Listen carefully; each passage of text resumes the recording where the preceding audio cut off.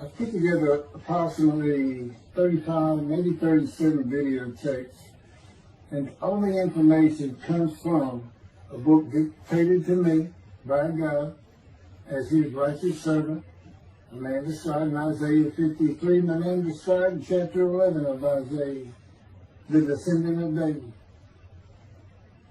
the twig from a shoot that grows out of the stump of Jesse, and it is a stump because of the vanished and shelled ancestral tree of the kings of Judah, the line of Jesus. He cannot be the man of chapter 11. He's not the anointed one. He's not son of David. None of that's true. The other book, that book is called Isaiah 53, the Day of the Lord. And there's about 3 chapters in those particular videotapes that come from the second book that we wrote not too long ago. He dictated to me the story of my life. It's to show you how I fit the verses of Isaiah 53 with regard primarily to suffering, familiar with disease. So that would be wounded, and as it turns out, cancer. But the other words that you find in Isaiah 53, punishment, maltreatment, crushing, bruising, chastisement, okay, that is all in God's power. That's all in God's power, all those words. But the books are unpublished, shunned and despised, accounted afflicted by God, plagued. Nobody understands. This is so different than the Judaism the Jewish people have been taught. This Messianic era that will never occur. And we know it's not going to occur now once you believe who I am and how you cannot. After the mountain of evidence I have presented that is in those books, just as Moses today would have to say, well, look, I wrote Leviticus. You think I just came up with that? You think I just came up with all this information? Did I know how God speaks through an angel and who that angel is? Moses walks by a burning bush that's not consumed. The angel of the Lord's in the bush and God speaks. I'm the one who explained that to you. I shouldn't have to go any further than that. The God says the rabbis, the shepherds, they never listen to my prophet. They think they know everything. Well, I'm going to keep telling that they don't. This is primarily for the people who listen to them and not them. I don't expect them to ever respond. Because by responding, they have to say they've been wrong. Or that's just not what we believe. And so they won't change. The bottom line is they make money on it. That's the bottom line. God had me watch a video of Toby Singer just for this one purpose I'm about to tell you. He said, watch him raise his hand. He raises his hand to do his hair or rub his nose or something, and there's this big, fat gold watch. And this is how you know this is the God of old. He said, look at that. Look at that. I said, well, he does. He died. His skin died, silver died. It might be a scuba watch. He said, that's not a scuba watch. That's just a big, fat gold watch for everyone to see. And he makes his money on Isaiah 53. The guy said, at least that's how he really got going. I don't know. I know he has a radio show. But remember, I'm in the fire refinement. Everything God does with me is to draw emotions because I'm going to be emotionless once I get to Israel. For the most part. He'll let me feel what he wants me to feel. But nobody can get under my skin. You can't bother me. Even if I seem like I'm mad, it doesn't carry over to my insides. And I don't think about it any more than while I'm, as they would say today, on a rant, getting on somebody. But I bring his reckoning. I laugh. I tell him, you know what I am, don't you, guys? He said, I know you're a lot, man. I said, no, I'm the reckoning. And I am the reckoning. That's what I am. You laugh. Holy Spirit, man. I said, yeah. I said, you know, righteous servant, David the shepherd, Elijah, prophet like Moses. You know, I like grass. What's his name? Grass. What did he do? He's a reckoning. But anyway, I'm going to go through these early years of mine before God spoke to me. It's chapters 1 through 6. Chapter 7 is God speaks to an atheist, and I've already videotaped that. Walking with God and something on visions and visuals. So the first chapter, this is what he told me right down, birth and tragedy. I was born in Bryan College Station, Texas on February 6th, from the Holy Spirit, yes. I could get an accident before I start. Yes. Oh, this is only for the people who come to believe me. I don't expect anybody who's been viewing these materials and, you know, nobody's really subscribing a handful to be believed. Again, I can't imagine. I don't know what you people want. I don't know who you think's going to come to do something different. How you going to know who David is? I mean, according to Judaism, there is no description of him. How you going to know who he is? All this being presented, and I know Jewish people have seen it, only 60% of the views are coming from the United States. Now, I don't know if that means 40% is coming from Israel. Probably not. You got Canada, that's a big follower on my WordPress site. And it really gets all the countries of the world at one time or another have looked at some of this information as I wrote my blog, and the blogs became chapters. But I'm assuming some Jews have heard of what some man is saying he is Moshiach, and they're watching. Well, this is for those who come to believe. The people who want to be the witnesses, the men made righteous. By my knowledge, there are things I can tell you that God would have me say to you. So, you know, this might be bored to tears with others, but it does show suffering, pain, and emotional pain, my background, and just who I am. Not just some kook out here. You know, people say, well, you're hearing voices. Listen, as a lawyer, I don't even do criminal law. I've seen some of these people who hear voices. I promise you. You know that's a person who should be hearing voices when you just see them and watch them for a couple of minutes. That's not me. Excuse me. Okay, I was born in Bryan College Station, Texas on February 21st, 1957. And that's interesting because that's the year the first satellite went up. Russia sent up Sputnik, which was really 3 different satellites, and all together they were called Sputnik. That is considered the dawning of the age of the internet. Now, I've asked God, how did you select me? How did I be blessed with this and learning all these things with this crazy life that I've had? And but he won't answer me. He's John Poker, the Poker guy. He's not going to talk. Not going to change his version or anything. Or me getting an impression that he is. And so I tried to come up with it on my own, and that is where I saw it. I said, because I know how important the internet is to you. It's the only way to get things worldwide. And all the teachings that have come through it. I didn't know, you know, I'm 63.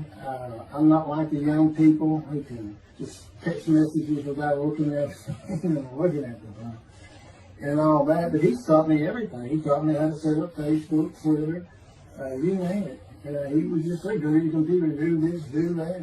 You know, commanded it and directed to become very good at the computer and, of course, word processing. You know, I'm a regular secretary, except I still henpeck with one finger. I used to. But God says that to show you I have perfect use of this disfigured right arm. It just doesn't have muscle in it, and my shoulders show you. Anyway, I was born in Bryan College, and that's where Texas A&M University is. And my dad was attending Texas A&M when I was born. I graduated from there 22 years later, which is a story in and of itself. So I was born premature in the 7th month of my mom's pregnancy. I was born in February, and there were many complications. My parents were told I would not make it through the night, and they should just take me home. Mind you, this is 63 years ago.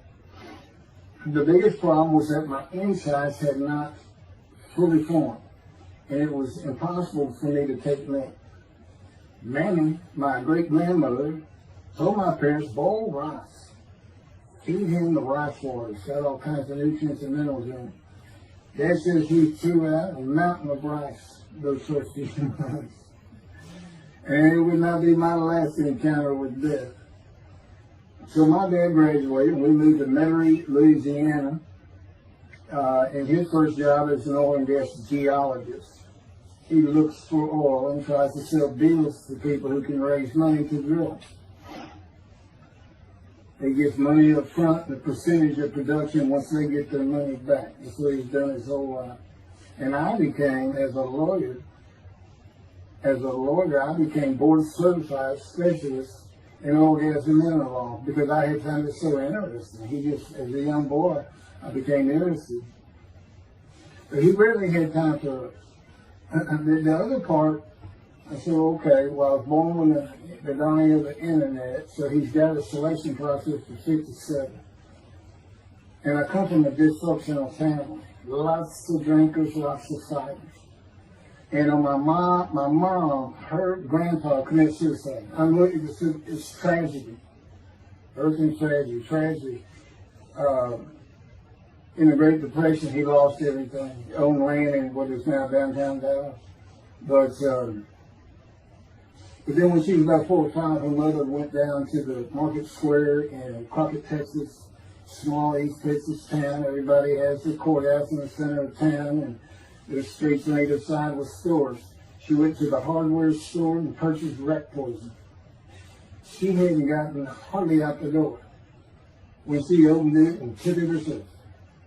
Died right there on Main Street in the middle of the day in a little small town.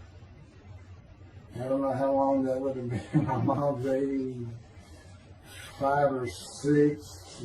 She was 4 or 5, almost 80 years ago. So I'm sure it was quite an event. And her dad took her and her sister's about 2 years older, to Metairie, and not Metairie, to someplace in Louisiana. But could have been Baton Rouge. And her father became an elevator operator. And you can still find this in Houston when I was at law school. I went to law school downtown Houston, but South Texas College of Law. And at the courthouse, they would have somebody sitting in there on a little stool and with a lever and take you up or down, take everybody up or down. With all the lawyers coming in for the court cases, it was packed. I'm sure they've done away with it by now. But that's what he did. And they found him one day or night. He had taken out a pistol, he shot himself in the head and killed himself. So now she had suicides on both sides of the family.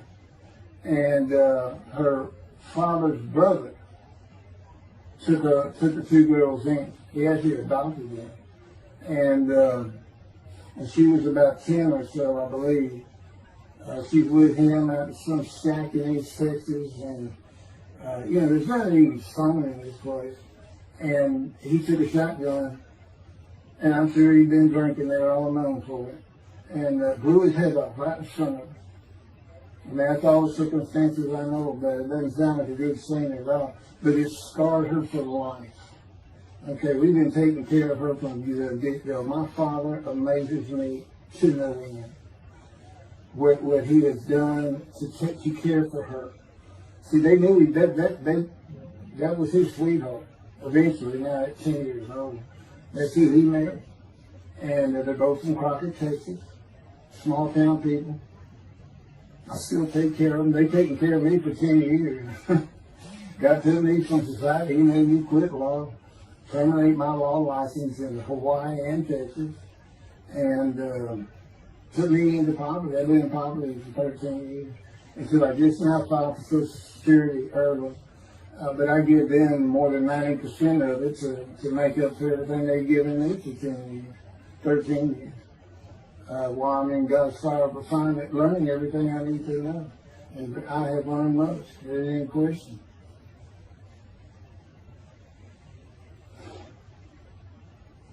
So anyway, this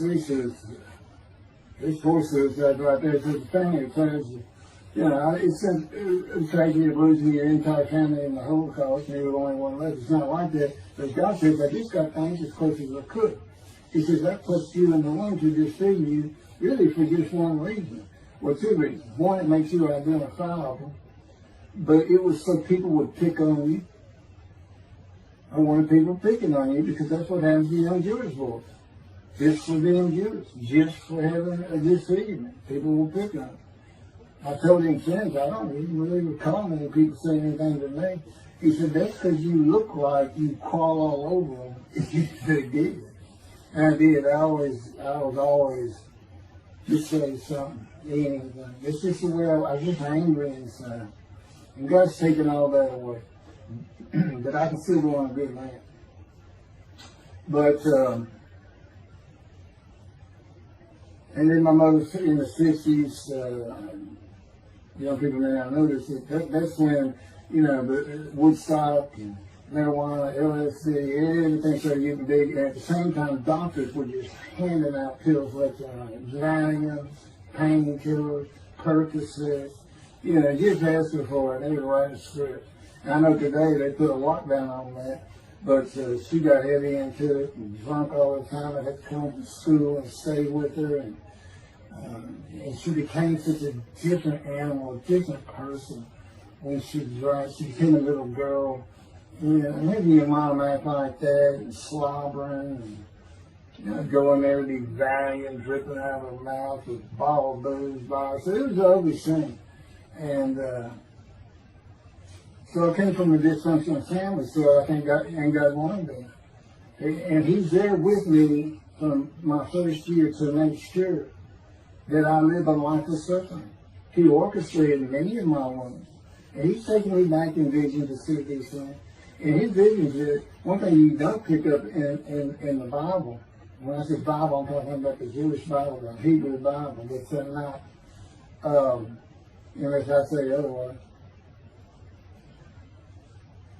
Which is like when God says, my people. If He just says my people, He's talking about the Jewish people that says, He may say the peoples of Moab, or just by the context, it's the son to another group. But that comes up all the time. So to add to that, she tried to kill herself a few times. And when I was 10, my dad was at a Texas A&M game in Dallas. And I know it was 1967, so I was 10 years old. So I'm very familiar with that particular game. It was against Bear Bryant and Alabama Crimson Tide. And he had coached at Texas A&M. So as you can tell, me and my dad are big Aggie fans and football fans. But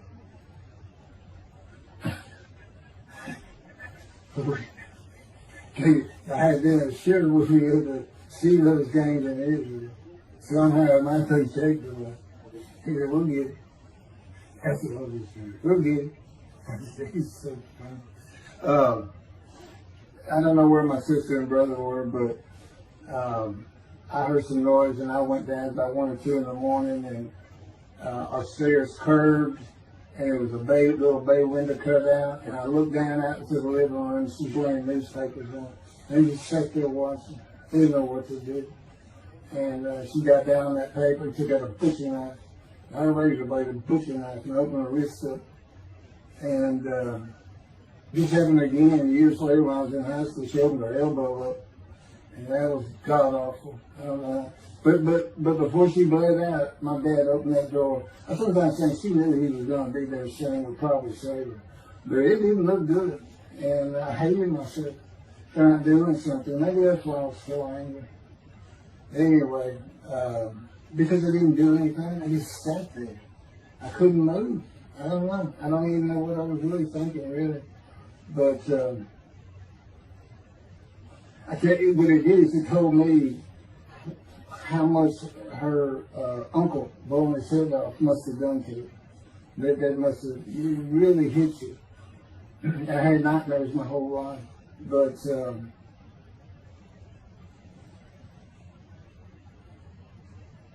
I was 16 when she did the thing with the knife. But you know what? My dad finally got her. He got her the best psychiatric care in Houston, Texas, and that's big because we got a medical center that's renowned throughout the world. And they put me back together many a time. And she never did that again. And the amazing thing is how different she is in her very advanced old age. I mean, it's like she was never that person of the 60s and the 70s and the 80s. I don't know how my dad survived it. I'd have never stayed. I'd have taken the kids and said, try to find us.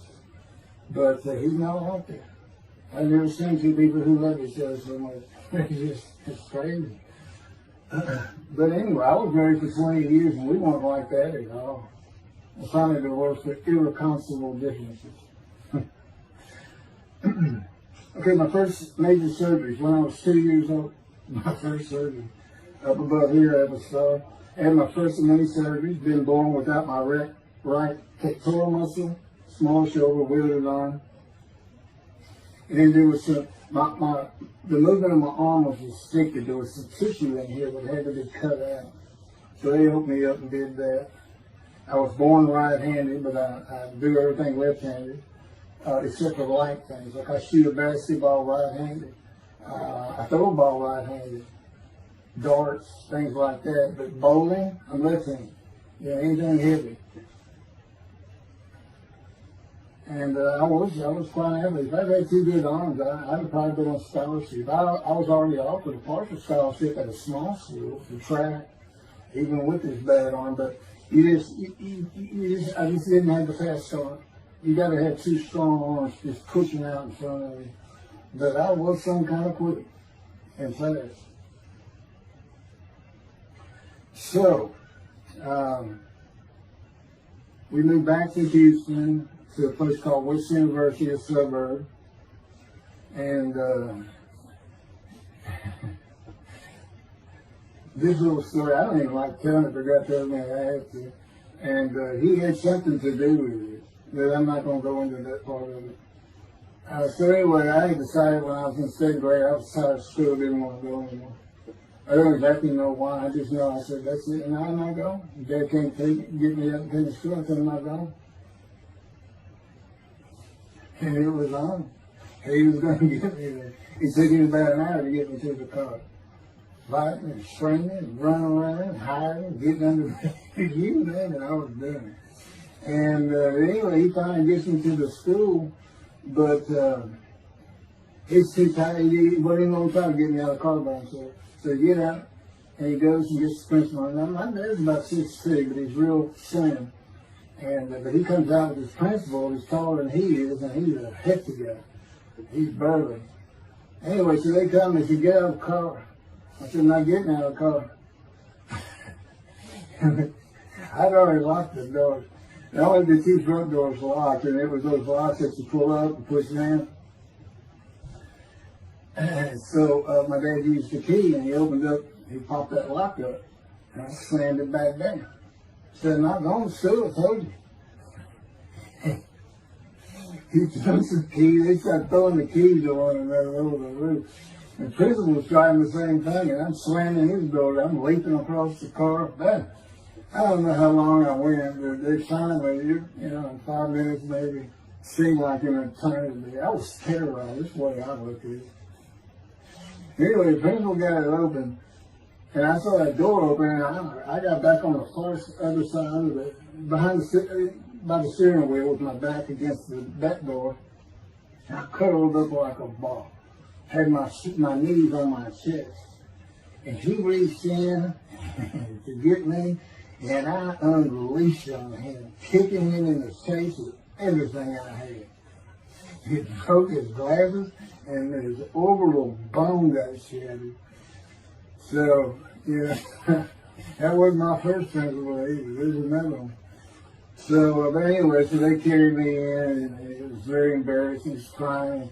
But again, funny thing, nobody, because I stayed with this same group for 9 years, going through West University and the junior high there that you go to. Nobody ever said anything to me about it. And I knew some of those kids that were in that class.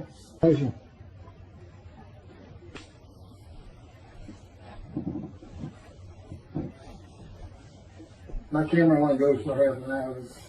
I can see on the screen that I had point towards me that when it runs out, I have to turn it off and turn it back on. But anyway, that ended my fight with my first principal.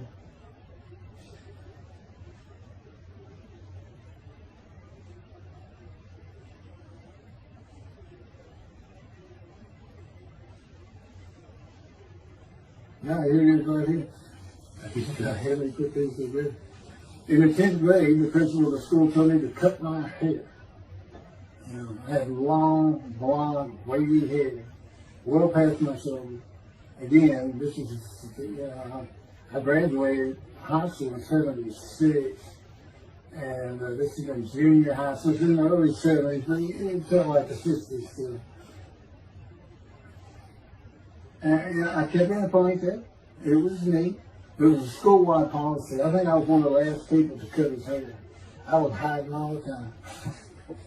I was always on the alert for the teachers that would turn me in. But I went and got it cut.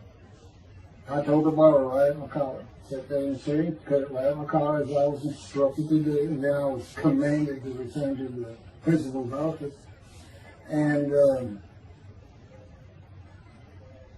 so I presented myself to him. I sat down and sat in his office, and he gets up, walks behind me, and grabbed me by my hair, back of my head, and jerked my head back fast.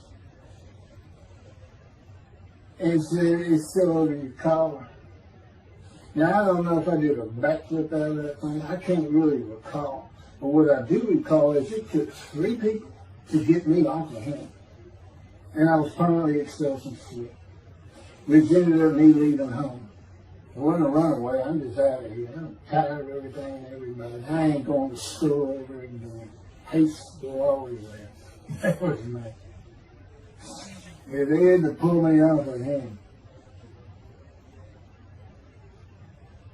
I understand through a friend of mine. He said, "You know, my brother went to that school. He heard some stories about that guy."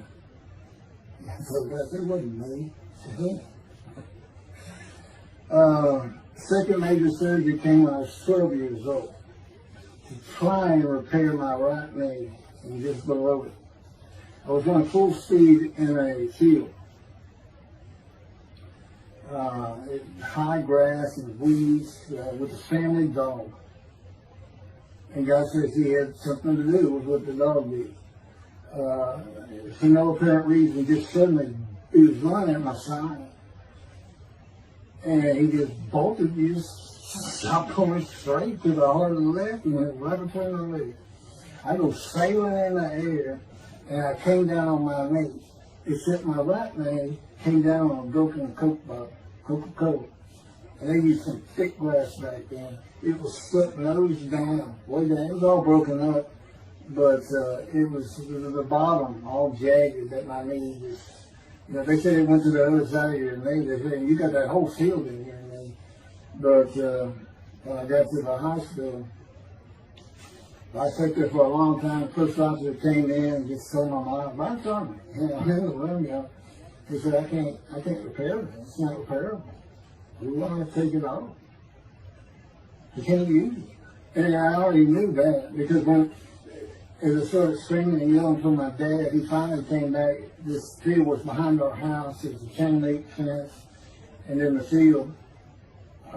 And you know, my dad finally heard me. He got over. He saw the blood and saw something. He scared to death. I'm going into shock, and he got me to put my arm around his neck, and he said, "Can you walk on it?" And I tried, and it just collapsed. It was useless. It was awesome. And then I had to climb over that fence. And my mom was going crazy and screaming and crying. And he had to go take care of her. I'm sitting in his bathroom, my leg all opens up, and I'm just getting sicker and sicker. Nauseated, scared, I was crippled. And but anyway, they get me down to the hospital.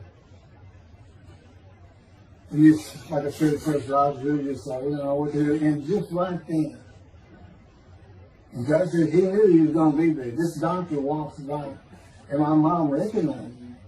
And she goes, Dr. Kane. And she runs out the door. Well, that is Dr. Kane. Her nanny that I mentioned earlier, in her old age, very old, maybe in her 90s, I don't know, late 80s, but living with her sister, broke her hip. And this doctor repaired it. This is a long time ago, people. Repaired it, and she actually walked again with a walker. I remember. But that's who this doctor was. And she said, my son, they're going to take his leg out.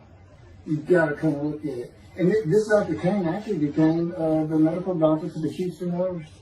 He repaired me and me before and after me. I guess that's what he specialized in. But he was at the hospital just to do rounds. He wasn't dressed for surgery or anything. But he came in that room, and I mean, he was livid when he looked at my knee and knew how I'd been there for like 5 hours at this time. And he just started barking orders about getting me put to surgery, and he takes off to go get put. And they literally ran me down to surgery and got me. I mean, they were trying. And this kind of fear he put in everybody. Anyway, I was in the hospital for weeks, and I woke up with my leg. I was glad of that. They had a cast in my hip to my ankle. And he told me, when I finally was being released, he said, if you put any weight on that leg, you'll never walk again. So, I can't remember, 6 weeks, I don't know how long it was that I had that cast on. It wasn't my first cast, it wasn't my last. Or maybe it was my first. Maybe it wasn't my last. We're not getting very far. There's 6 chapters, I'm barely getting to the first one. But what I'll do is I'll just do 6, just like I did with Isaiah 53. I did 6 or 7 videos, 7 I think. But then I joined them all together and put it as one video, the definitive commentary of Isaiah 53, which comes straight from God, by the way. I mean, you can contest what I'm saying all you want, but it makes perfect sense. For the first time, Isaiah 53 is explained. And how I've become the smartest religious view in the world who can see that, and what the wounding and the punishment, everything's about, and how it's really, in some ways, a snare for the Gentiles for the day of the Lord. Because he knows he can take me and just decimate any argument they want to put forth.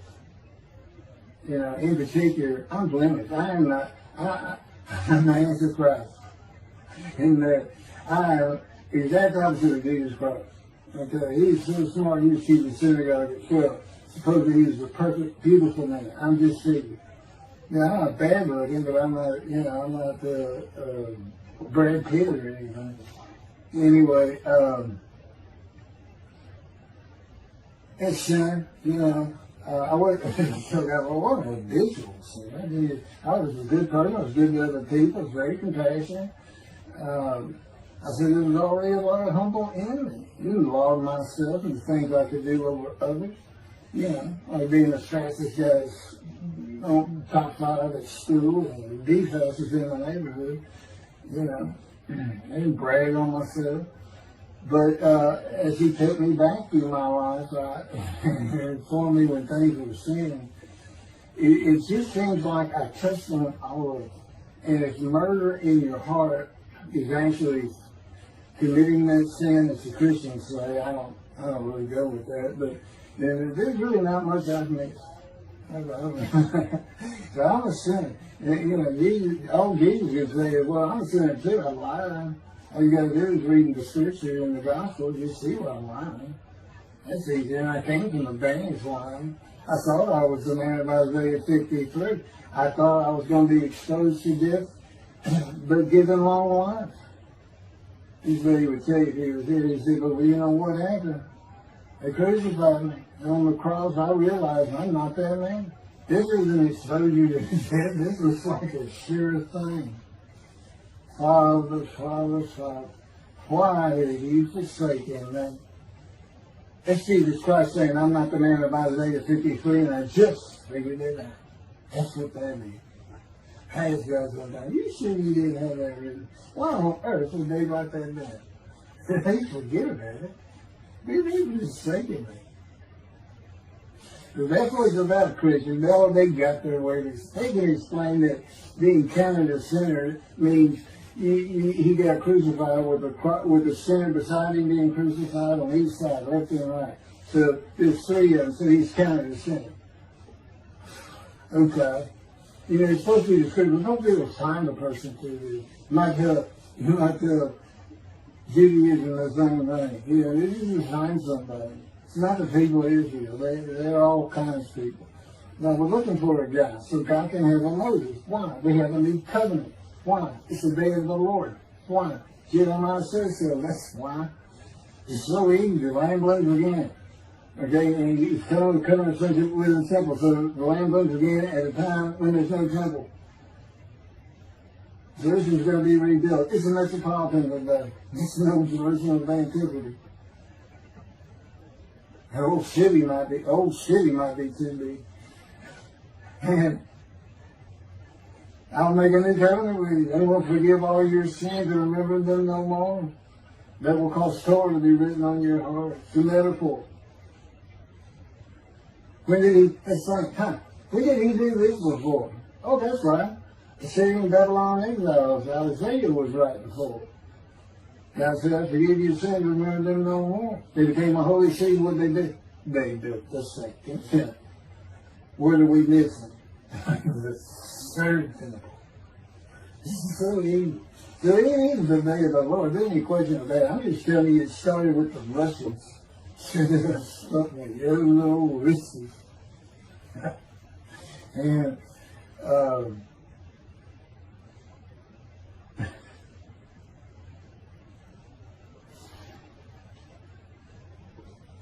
he's bringing the covenant, but you gotta have a Moses. He's never sent a prophet like Moses. So he was saying, it's Joshua. No, it's not. I'm even today, the day of the Lord, and guess what? He gives us a description of him. He knows this is a time of secularism, reliance on science and medicine and doctors. And you got so many more people who the only book out there is not the Hebrew Bible. There's a lot more books in it. You know, there's all kinds of distractions, television, cell phones, computers. You know, back then, you know, you just sat around and said, what do you think that's there? I don't know. We can send some rain. You know, it's just, I said it was easier to get them back then. But here it is. It's here. And God said, you see why I put sugar and the spies in there? Because for a while I said, God, you know, this is before we really got the books done and everything. I said, I'm just sitting in a room. I can't really tell anybody showing the stars in that. Counting me played, the freaking. But God and everything else, he said, well, how you feeling now? That we've been putting all this on the internet, guys, that just showing the stars. Yeah. I can say, they know. There's no question this ain't gotten back to those two. I said, you keep a tag on them like this, and I'll be certainly sure, just in case I'm wrong. But, because he won't actually tell me, he won't tell me anything, this is a rule of thumb, he won't tell me anything that I cannot find out or become knowledgeable on or informed on of my own. Which means about nothing, because we're in a room all the time. The adjunct of the Holy of Holies is what I call it. I live in the Holy. I'm like the priest who can go, the only person who could go into the Holy of Holies was the high priest. And that's what I'm like. As a matter of fact, God had me write down, just as he had David write down, there's Psalm 151, where God said, it's on a video, where God is speaking, where the Lord came to me and God said, quote, and within that, he says that he declared me. We actually used the Psalm where he declares it for David. He declared me an eternal priest in the order of Melchizedek and King David. and a rightful king, small k, and a rightful king. And he also declared, I'm the righteous servant. I mean, that's God talking. I mean, he's using it when he dictated to me. It wasn't, to be written in my personality. That's him. That's him doing a new song. So, because he does that. Even in the writings, the person doing the writing, whatever prophet it was, or Moses, or David, if he wrote Samuel 2 and Kings 1 until he died. As I said, God says, look, just assume the central character is the one I had right. Because their lives change when I come to them, just like mine change. This is not anything I could have ever conceived or even bothered thinking of. I had never read the Bible my whole life. And he then told me, we're going to the bookstore and get you a Talmud. That was 13 years ago. And my answer was, what's a Talmud?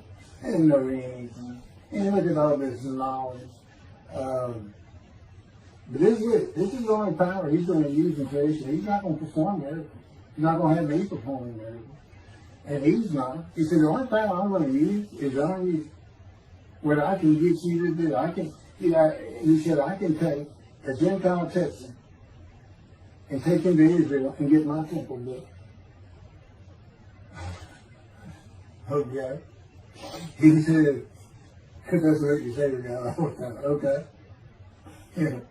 And one night, I hadn't even read Isaiah 53. He didn't come to me and just say, offer yourself for guilt. I crushed you with cancer. It was me that did it. That's not, I wouldn't have known what he was talking about. We finally get to Isaiah a couple of years later. He said, Keith, read Isaiah 53. Is that okay? And so I read it. I said, okay, finish it. He said, who do you think that is? I said, I have no idea. I could barely read it. I didn't know what it was saying. I said, I think these verses ought to be up here. I said, you sure nobody mess with this thing? He said, nobody mess with it. He said, this thing I got Isaiah right. He said, that's you. I said, oh, okay. I couldn't have good luck convincing anybody. I can't even tell what he's saying. He said, before we can get done with it, he's right. I've been over that thing so many times. From my original version of Isaiah 53 that he dictated, or told me how to put together, but every sentence, every word is, we changed it up and added things. I've learned things. Like I didn't know about the chest of devotion. I didn't know why the angel was leaving early in Malachi 3, but I do now. And all that would cause an amendment to my midrash in Isaiah 53. And, the book has me. These are all videotapes about me and Rashi. Rashi, the first one to come up with this is Israel. And, I look at his answers and I just shake my head sometimes. You should see his answer in Malachi 3 to the angel of the covenant that you desire. There's only a covenant of friendship and a covenant of Jeremiah. And this is his answer. It's midrash, so he just takes a section of the angel is on the way, and it just says the angel of the covenant. And his commentary is the angel that avenges the revenge of the covenant. I said, what does that mean? What are you talking about? And I said, God's being funny. He said, I don't know. I said, you do know. I said, well, I'm not telling you. So, God likes to feel as though he's laughing. He doesn't actually laugh. He sends me a perception every day. Or he uses me to laugh. I've mentioned that in a video. Because he can't. He controls my words. I learned that in walking with you. Just one day, I'm talking out loud as we go. I'm discussing man and divine beings as though I had a sermon I was giving or a speech to somebody or a seminar. And I'm rolling, and I can tell he is really making this thing rock. He's taking it from here to here to here. And we're going. And I'm going. And all of a sudden, I use a word or a couple words that I simply don't use. And they're not what my mind was even thinking of. They just came out. And I just stopped. I said, did you do that? I didn't even say, hey, did you just make me say these things? Because I knew you did. I said, did you do that? He said, I did. I said, as long as he did it, I did. I said, okay. Anyway, that's where it all started. Now I know. Okay, he'll do that. That's the Holy Spirit. Using me. He doesn't sound like that. But he'll use words like that. So he's getting bored. They like to cut. Let me just say this. This is part of God you don't know. It's not all the time. It's sometimes we do tend to get kind of silly in here. But, they do things after a while. I'm like, I took a kindergarten teacher and I got two of those kids that you just shake your head at. He said, this is a handful. These two, nothing but fun. Always throwing around, looking for a laugh. And the Spirit's always working in heaven. There's God's laugh, as it were. Again, He doesn't actually laugh. It's a perception that's His emotion. If God has any emotions left, because worrying about other people's pain is not one of them. He made that clear to me. I don't care about your pain. And just saying it makes you mad. It's as if drawn in. And He does this so many times over and over. He says it's easy because now it irritates the fire out of it. He just started. I said, how do you keep doing this? And one day I told him, I said, I got it. Which means it actually came from them. I got it. You never grew up. You never got sent to your room.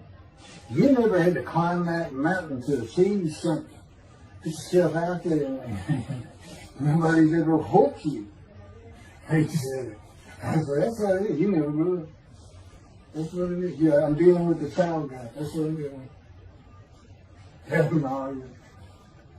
I think he came down as mean, very serious, mature guy. I didn't bring that argument up anymore.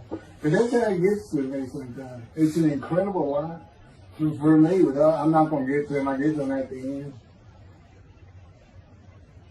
I'm getting close to when I got shot. I thought that was a new chapter. I was not. Well, I'm going to put this is getting long. Anything over half an hour, we try to stop. My Isaiah 53, 5 hours. But, I should watch it all at one time, of course. He doesn't hardly let me watch it. Yeah, I don't even watch them before they get posted. He said, no, you watch it later. Because it comes on the TV that he got me. And I didn't know at the time it was going to be, that he was serious about doing videos, and I certainly didn't know about making it a backdrop. He decides everything. He tells me when I eat, when he gets up. I don't sleep probably at all 2 or 3 hours a night, and sometimes less, and take a half hour nap sometimes. But I found out I feel fresh. I don't need that much sleep. He said, you're not really doing anything. Why do you need a lot of sleep? You see, that used to make me mad. Now it is later. Thank you very much for listening. I'll pick this back up on another video, and eventually I'll put these first 6 chapters, just like I did Isaiah 53, because it's a book that he dictated to me. I can't get it published. I'm going to put it on YouTube. That's why I need it. And as I said, if you don't want to listen to it, don't listen to it. But the information that's in these books and in those videos is, that's not proof. And quite frankly, God said, if that's not enough for them, well, that's just too bad. Utter destruction is what they end up getting. They better learn how to listen to proper. See, it's no different than the people back then. They'll say, well, why didn't they listen to Isaiah? Well, why didn't they listen to Ezekiel? Why didn't they? They laughed at Ezekiel. That's what Rashi says in his commentary. I didn't know it was laughing at him, but just ignored him. Everybody thinks they know it. But in any event, I do know there's one chapter we haven't put in there, and that is recognizing a prophet in a time. It says Moses vouched for Joshua, so he didn't have to be tested. And the problem with all that is, and I think why God hadn't had to put it on video, is that they're looking for a seer, somebody who can see the future. You see, that's antiquity. And that's not what you're looking for today. This wasn't a seer. And none of the prophets were serious. They just wrote down what God told them to write down. God's the prophet. He's the one making prophecy. And what he does, he doesn't actually just see the future. He walks it through. He says, okay, right here is when we're going to send up the satellite. This is where humanity will be at that time. He can walk it through in his mind. As I mentioned, his eyes, he doesn't have them. It's just his absolute knowledge of all things. He can form a picture of this room. Me, it's in here. He knows every atom of my body. And it's like he does a vision for himself, a visualization. That's what I call when he took pictures of my mind. And he puts it into the spirit's mind. And they're both within it. You know, the big cloud that just came down. If you're sitting in a room with me, it envelops you. But it engulfs me, it goes through me. My little spirit cloud becomes part of the big cloud. That's like God is in his spirit. Here's the elements of spirit, here's the elements of God's presence. There's 9. 2 clouds, they just come together, they can be together. Okay, God's still one. He created the other cloud. And then in this room, filled with them, my little spirit is like a little cloud that just came in and part of it. That's who I am. That's a man of divine being. Okay? No, it's like nobody's really expecting it. Well, maybe it's because you didn't know these things. And now they want, I get the feeling, son means I'm not looking at that. It sounds like a coup. We by faith, by the fundamental principles of plan baptism. Yeah. The talent, from his diagnosis of the talent. Why don't you do your own? Why don't you throw the talent out and learn some new stuff? Why don't you get out of antiquity? Every religion has an end times like that. Every religion ends up with utopia for its people. Everybody. Well, don't be like everybody. You're the Jews. Let's get practical. Let's have God in our midst again, in a man like he was in Moses. Let's point at him and tell the Christians that is the man of Isaiah 53. Here's what it's about. God said he's coming back. He told us, we're not waiting on him like you. He said when he was coming back, he false prophesied 5 times. He wasn't coming back. He wasn't who he thought he was. He told us on the cross. I'm not the man of Isaiah 53. He tells us. What else was he doing? Well, what did you say? I'm about to die. What do you think he's talking about? What do you think he's thinking about? You're not supposed to die. He thinks he's the man of Isaiah 53. So do they. It's mind-boggling because I'm the man. And there's nothing about me that says Jesus Christ. Nothing. You see him, he cussed up. I cussed him trying to die. I'm begged for death 1,000 times. He said, not dead 1,000 times. Isaiah's been hundreds. He said, well, that's true. You have cursed me more than any man in the history of mankind. And he said, and you did it face to the face. And I said, you should make me so mad. He laughed, y'all. He laughed. When I'm cussing him, he did make so mad. And oh, you're kidding. That's right. He gave me his perspective. This is what I did. It's a key. Imagine you created ants. And ants are living beings. In other words, they can think and they have emotion. Okay, you get a great big ant farm over here in the room. Okay, you decide you're going to get one ant to get all the other ants to do stuff. But you got to get him ready. And you get him ready the way I'm getting you ready. Now, he's magic. Right? I think he is. He is. He's now, magic. I'm always laying in the bed. I got a big table. I got a microwave on. I put my computer on. I got a big fan I like to have on. And he said, look over that table. Now imagine that ant got loose. And he is pulled up. And he is standing on the corner of that table. And he is giving you the what for in ant language. I mean, he's going. And he turned around and shaking his butt at you. And he's cussing. And all this. And all you got to do is go bump. And he's gone. And it is, and that's how that's what it does to him with me. You know, the spirit wild me up. I call him the troublemaker, troubler. He's so funny. But God's so humorous. There's a difference in their humor. Okay, that wraps up. So that does wrap it up. I'm gonna pick up a gunshot. I guess it was fortunate accident to my knee. They ended up opening me up and between my breast and my pelvic bone, and now it's been 3 times. and eventually, the lung cancer, and colon cancer, and skin cancer. But the lung cancer is when they told me you should have died from colon cancer. He said, but this is it. We can't take that. It's too bad. You're gone. And prepared to die. That was 20 years ago when the planes hit New York. It was the planes hitting New York that got me up off the ground one last time to see one more life. The life of God's righteous servant of Isaiah 53, chapter 3, gunshot. Shortly after I recovered from my knee injury, I moved to Fort Lauderdale, Florida. I was not happy about it at all.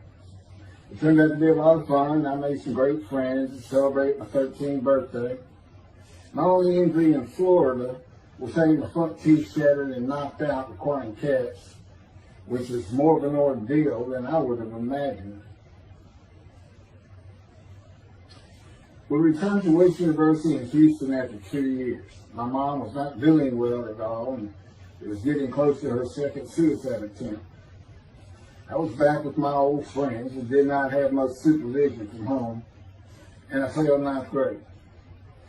I made my own decisions, and I rarely listened to others. And after being set back a year at junior high school, I made a few new friends, which led to my next serious injury. My best friend was a Spanish Italian whose father was from Sicily. And he kept a machine gun and a violin case in his office at the restaurant he owned, where his son and I were waiters. It was called the Godfather. My son was the best pool player I've ever known to play with, an absolute natural. I will call him Antonio, but that's not his real name. Antonio's girlfriend was a Jewish girl. I will call her Rebecca, but that is not her real name. Antonio was a Catholic Christian. Rebecca did not practice Judaism, and Antonio did not go to church. I was a confirmed atheist, and we never talked about God or Jesus. Rebecca's father had foreclosed on a ranch about 8 hours from Houston outside of LaGrange, Texas, Fayette County. LaGrange was famous for the chicken ranch, which was an illegal brothel that operated from 1905 until 1973.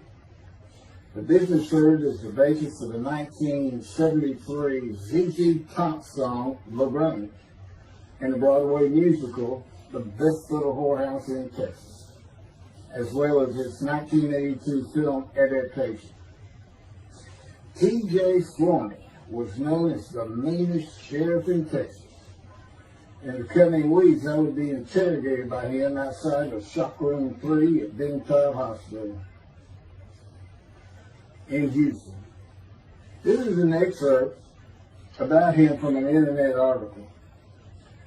It was the most one-sided Texas battle since the Alamo, as 100 citizens watched disbelievingly in the dusty little town of LaGrange, their beefy sheriff, T.J. Flourney, reached into a black 1975 Continental Mark IV and began to shake by his $300 suit Marvin Zimmer, the star consumer crusader of Houston, Texas. That's from People, June 17. Next, the sheriff tore off Zimmer's blue-white toupee, waved it in the air, and then finally ground the rug under his cowboy boots. Behind Flourney's fury was the fact that on Zimmer's last assignment in LaGrange 18 months before, he had filmed an expose which resulted in the closing of a critical part of the local economy, the chicken ranch, a legendary Bobby house. Antonio, Rebecca, and I first went up to the ranch in the summer of 1975. It was a small ranch house, a small lakes with horses roaming around loose-in pastures. We decided it'd be fun to try and catch one of those horses and go riding. The next time I went to the ranch house was in Rebecca's father's Mercedes-Benz. Two-door convertible Mercedes-Benz. I sat on the hood of that Benz with a lariat while she tore through fields trying to run down a horse for me to rope. The horses could turn too fast, and we never got close enough for me to rope one. What we could and did do on the next trip was bring guns. A 30-30 rifle, shotgun, and two 22 caliber pistols with holsters. As a backdrop, Antonio and Rebecca had broken up as boyfriend and girlfriend, and her attention had turned to me. I did not believe that caused any friction between Antonio and me, but it should have. It did not seem to be a source of animosity of Antonio towards me in any event. On October 5, 1975, we were all back at the ranch having a great time. Tony and I were shooting at cans with our pistols and practicing a quick draw from the holsters. We were standing shoulder to shoulder, about 3 feet apart, and he was a little forward of me. Rebecca came up behind us, between us, and said she wanted to shoot. Antonio passed his gun to her, and it fired when it was going by me.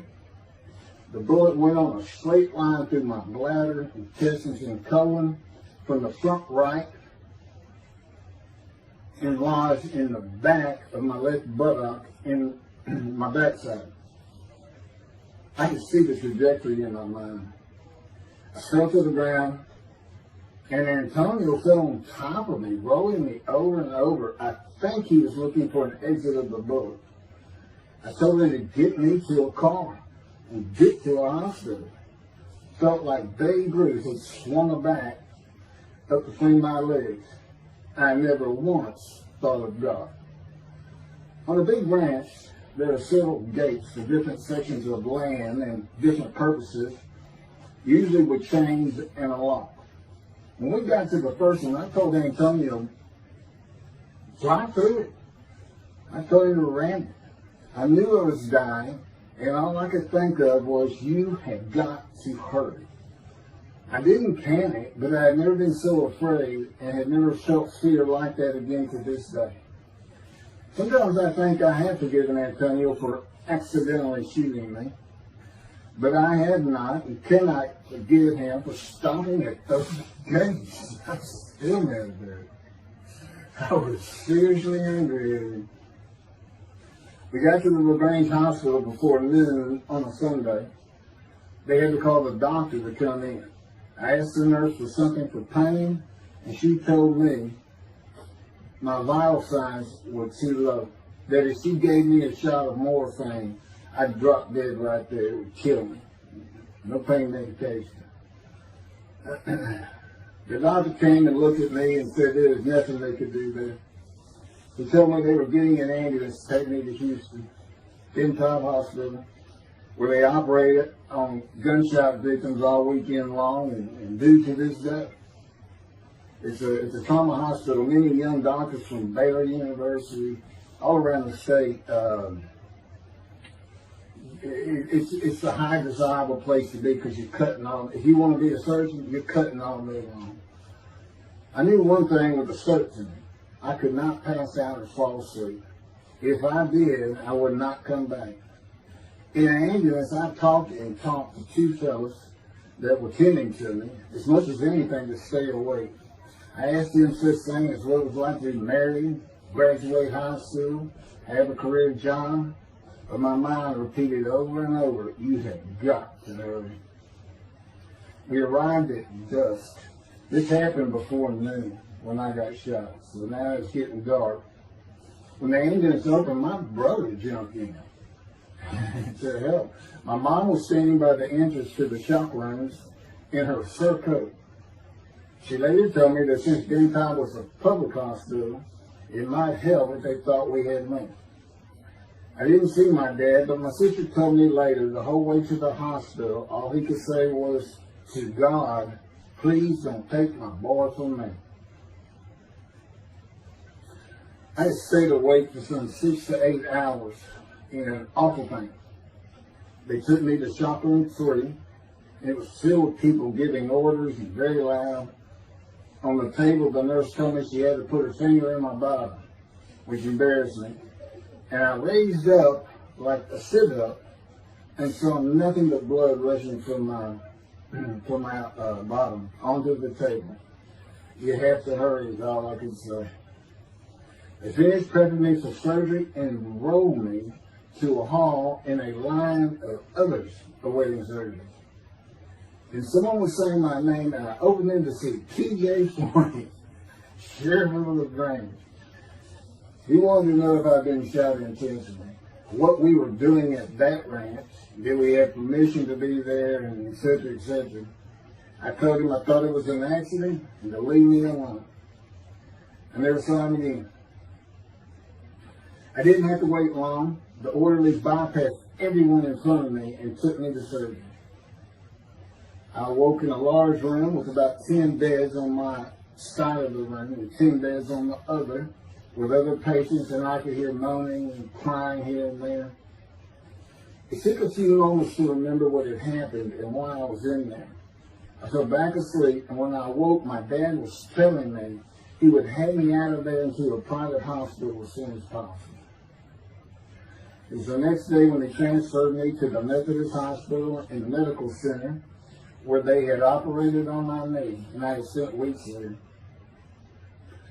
I had a hose with a bag coming from my bladder and a colostomy, an opening called the stoma, which is your intestine on the outside of your abdomen, with a bag over it to go into the bathroom.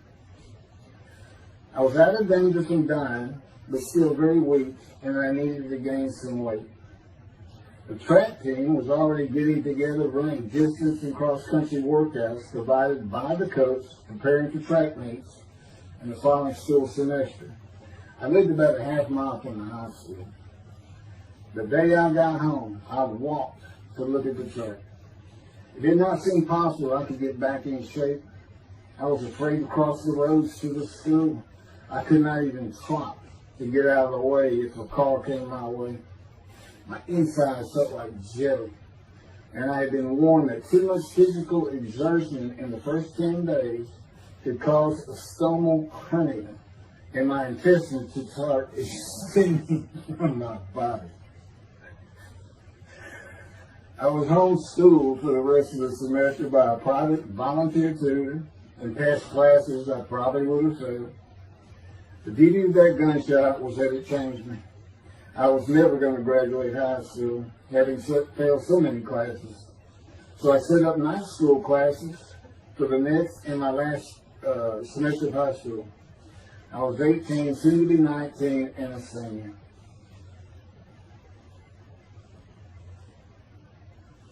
Chapter 4, College and Law School. Before the summer of 1975, one of my best friends in the track team, who threw the discus and shot put and field events, and was a senior, told me he wanted to do something big the coming summer before starting college at Louisiana State University, LSU. I was only a junior and I had no plans for the summer. He mentioned this to me, and I began thinking about how long it had been since I had been to Colorado. My father, who had really good years and many so-so years, depending on how the oil and gas industry was doing. And when I was in junior high school, he had sold some prospects, had completed a few wells, and had purchased a condominium in Pagosa Springs near Durango, Colorado. My friend's name was Keith Miller, and I called him Miller. He had given me the name of Say Babe. At one of our night track meets, I was running the 330-yard low hurdles, and the last time was behind bleachers where the officials lost sight of us for a few moments. A runner 2 miles left veered out of his lane into mine and took my hurdle, and I had to slow down and go around it, yelling, "Hey man, that's my hurdle." I wasn't happy. I do not remember how Miller knew what I had yelled, but he was probably on the football field inside the track working on shop putting dishes, watching me run and hurting me. I did not really know him very well at this time, other than he was a popular senior who knew everyone, in stark contrast to me. On the following Monday, I was walking down the halls between classes, and coming in the other direction was Miller, though I did not see him. Then as he was passing me, in a loud voice, loud enough for everyone in the entire hall to hear, I hear, "Say, babe, that's my hurt." Hence, say, babe. That began a really good and fun friendship, and I got to know the class I should have been in if I had not failed ninth grade. And because I was Miller's friend, I was immediately accepted by anyone he introduced me to. I found out about 40 years later on Facebook. I looked him up and we friended that he's Jewish, and particularly because of his brother. He's got an older brother, and they look just alike. They live up in Oregon. But I did not know that. It's not something we ever talked about. Just didn't think about it. I'm sure he wasn't observant at the time. I told Miller about my dad's condo and suggested we plan a trip up there, backpacking the Womanichi wilderness of the San Juan National Forest. I had hiked there while in junior high school with a friend and his little brother. I had a driver's license in my second year in the ninth grade. The prominent 13,000-foot peak is 10.7 miles from the town of Silverton, which began as a silver mining camp in 1873, and that is where I plan to take Miller.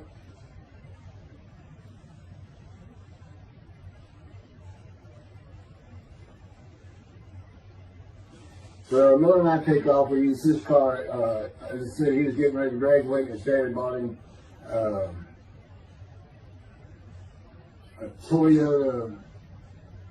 Can't remember the name right now. My dad's condo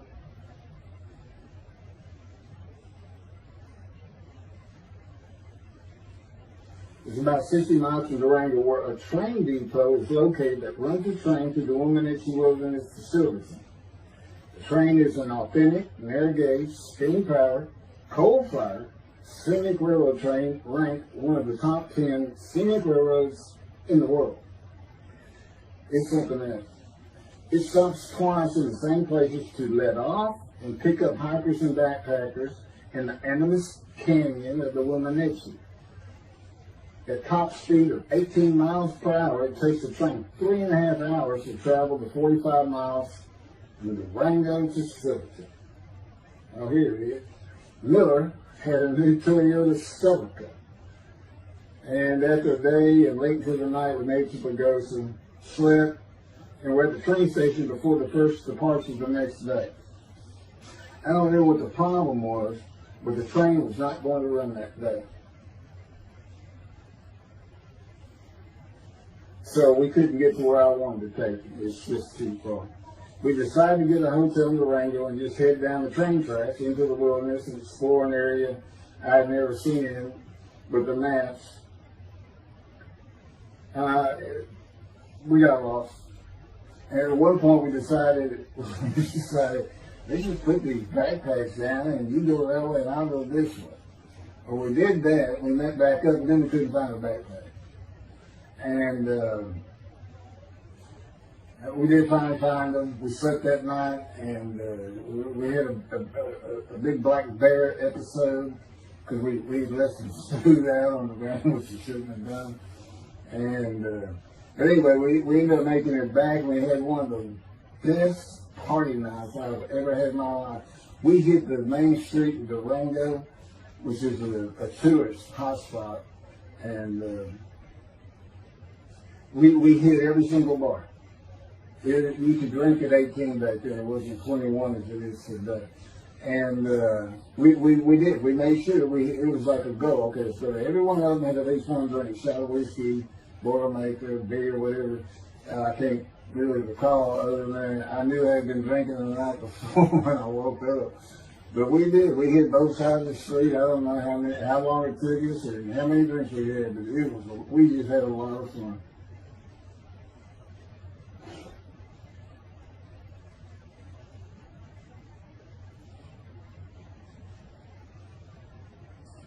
Okay, I'll be coming to chapter, well, I guess it's 4. I don't know. I thought I was coming up to the cancer story, but this is different. This is getting into alterations while it's true.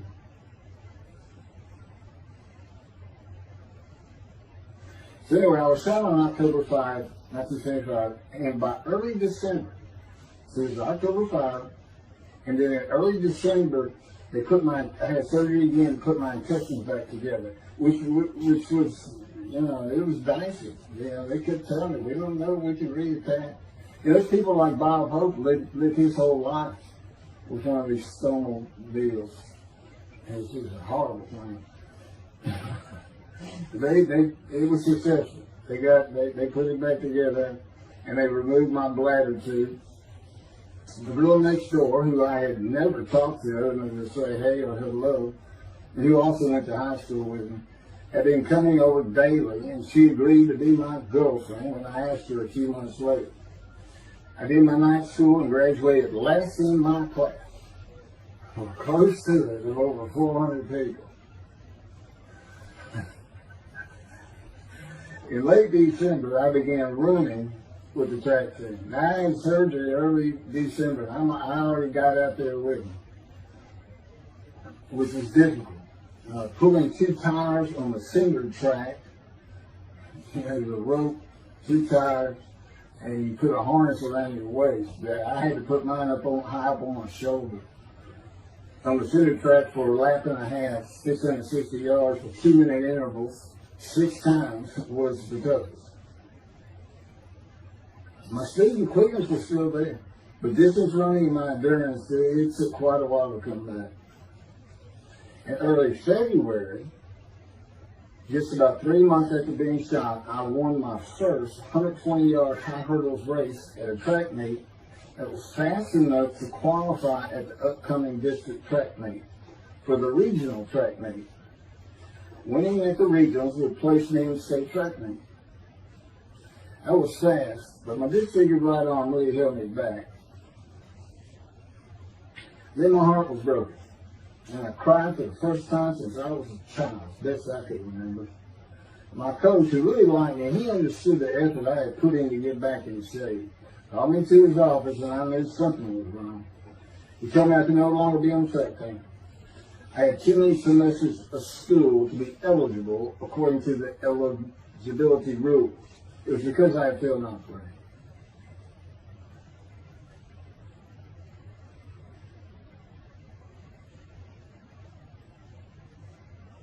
And of course, I had no one to blame but myself. Skipping school all the time, just not trying or caring about learning was why I failed. I was not lacking in intelligence and common sense as many people thought of me. I could and often did read a complete science fiction paperback book during the school day. One day. I get them from my brother.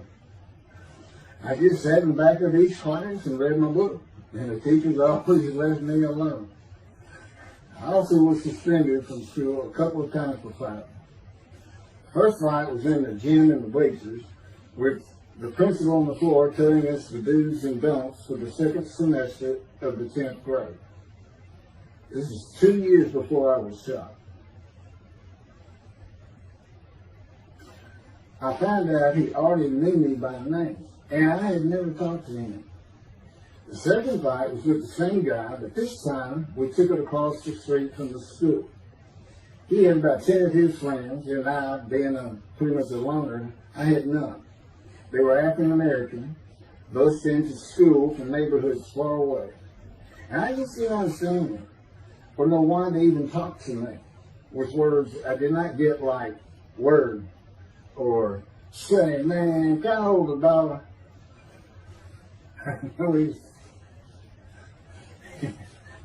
That is what started the fight in the bleachers.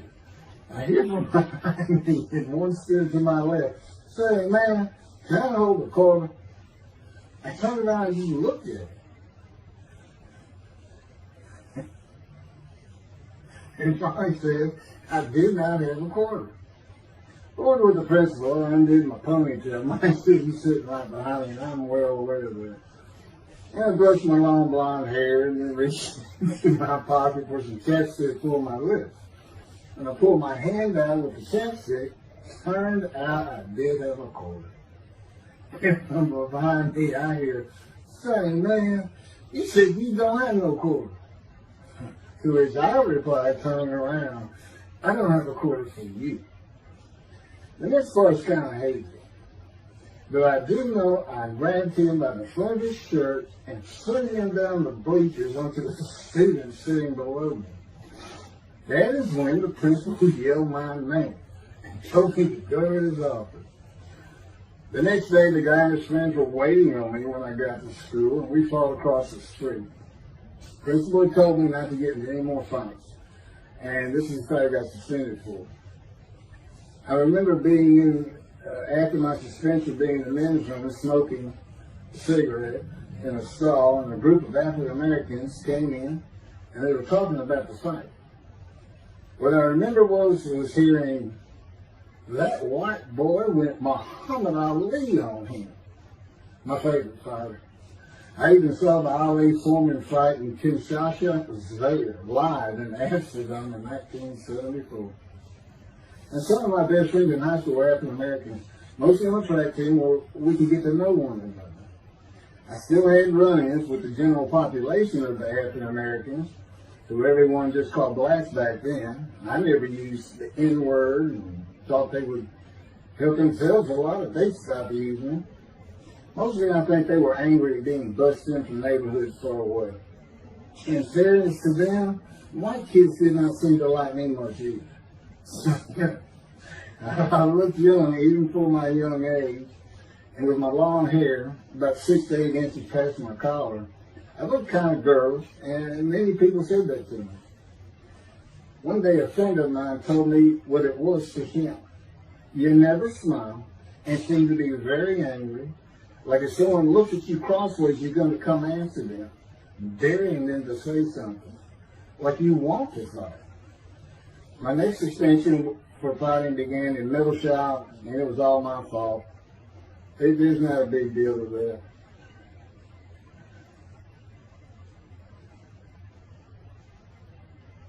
The last fight I was ever in came right before I was gunshot at the ranch. The accident really changed me and the way I looked at life. I never got in another fight after I got shot. It took some of the fire out of me. My longtime friend from junior high school and I were at Memorial Park at night and walked down a train track that ran through the woods, away from the streets and recreation areas. We went to the center of the long railroad trestle bridge that ran over a bayou to wait for a train to round the corner from either direction on a single track. When a train would round the corner, we had to run and jump off the trestle after clearing the bayou. We were drinking beer. As we were sitting, we started talking about the price of gas at 44 cents a gallon in 1975. Anyway, the trains weren't running. We got up to leave, and as we're walking down the steps, she said something about my father and about how to find oil and gas. And I turned around and just hit him with everything I had, with my right arm. And I realized what a stupid thing to do. I called him the Big Sweet. He's huge no reason. His hair was white and long and longer than mine. His hand was the size.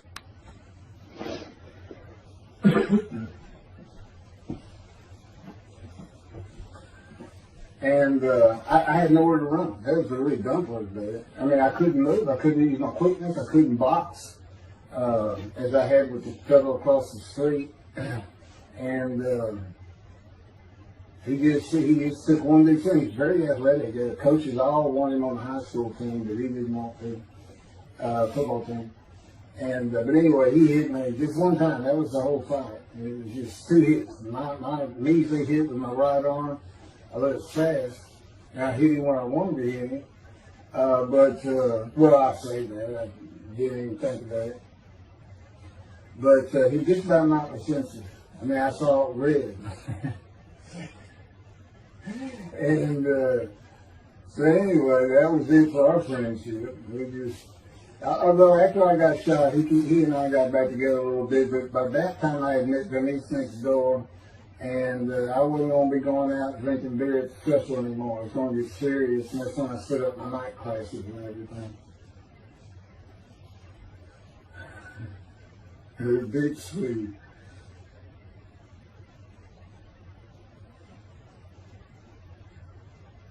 After the gunshot, I stopped seeing old friends, including Antonio and the Big Three, and spent all my time with Denise next door. I never wanted to be someone who succeeded in life. My dad always told me when he was angry with me that with my smart mouth, I was never going to be anything but a ditch digger or a lawyer. While he said lawyer in a derogatory way, he got me to thinking I'd like to be a trial lawyer. I had to get into college first, and the only school I wanted to go to was Texas A&M University. Anyone who had ever known me would tell you that I was not even close enough to being smart enough to go to any college, much less Texas A&M. I would tell you I had never applied myself to the task of learning. Texas A&M denied my application. I called them and pleaded and argued, and finally admissions said that if I came to the summer semester of 4 classes and maintained a B average with no fails, they'd let me in. I did it, barely. I almost failed calculus and got a B. Just a quick thing on Texas A&M, because it relates to World War II. Which always makes me think of the Holocaust, and how many Aggies were involved in that. Texas A&M enrollment began on October 2nd, 1876, and admission was limited to white males, and all students were required to participate in the Corps of Cadets and receive military training. Many Aggies served in the military during World War II, with the college producing 20,229 combat troops. Of those, 14,123 Aggies served as officers, more than any other school, and more than the combined total of the United States Naval Academy and the United States Military Academy. During the war, 29 A&M graduates reached the rank of general. Texas A&M is more than a great university. It's the home of the Aggie family with a long history of spirit and tradition. And I'll pass through all that. You can read. I got all this from Wikipedia.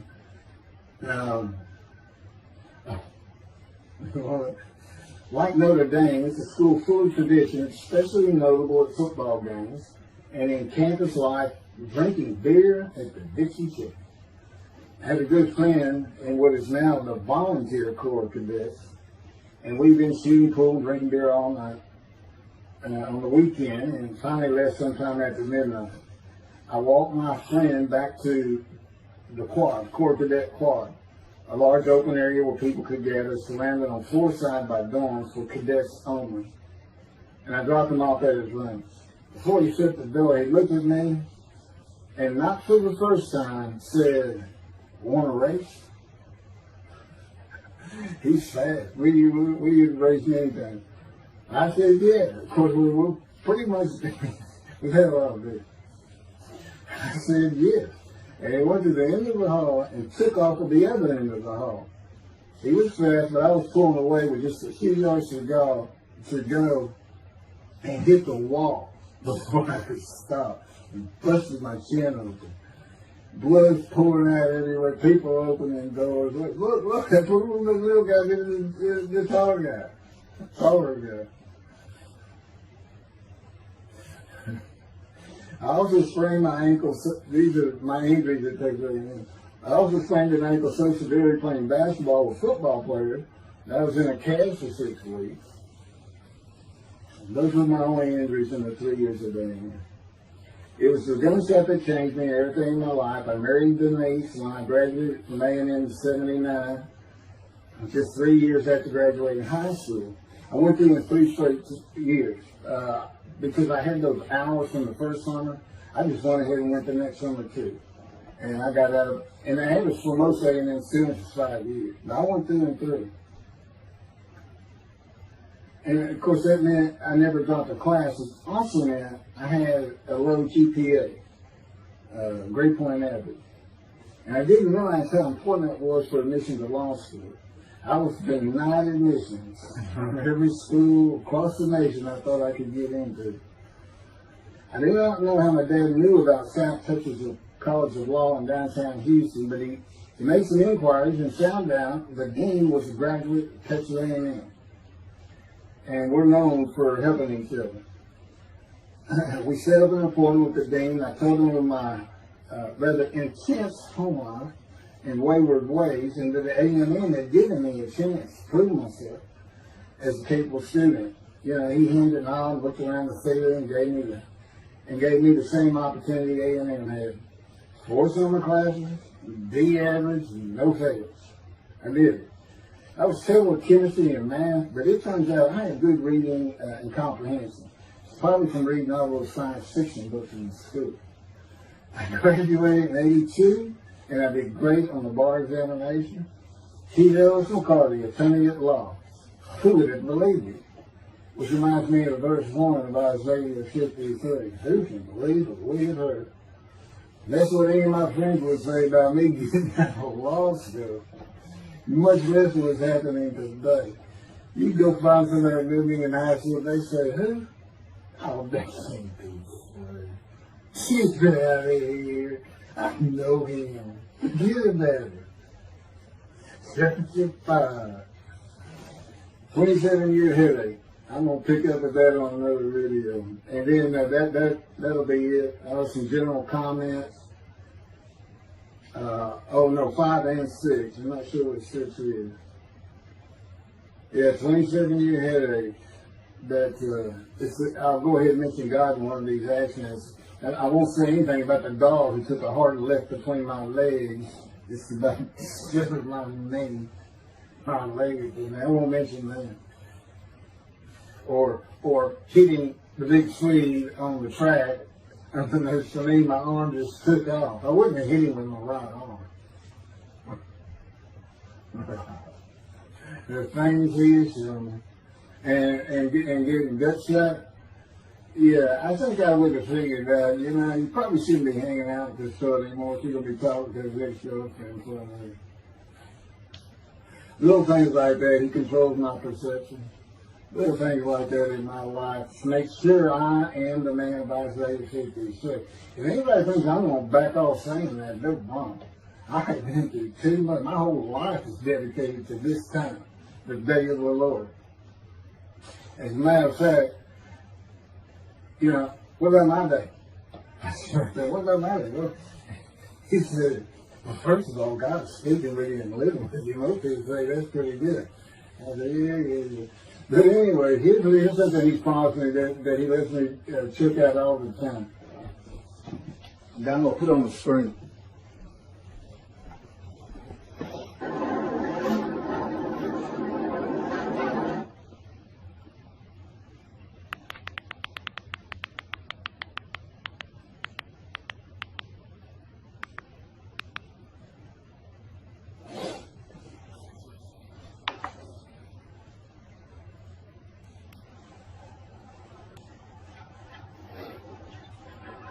Debrading and GP cycles, shorties, slip-ons, code startup.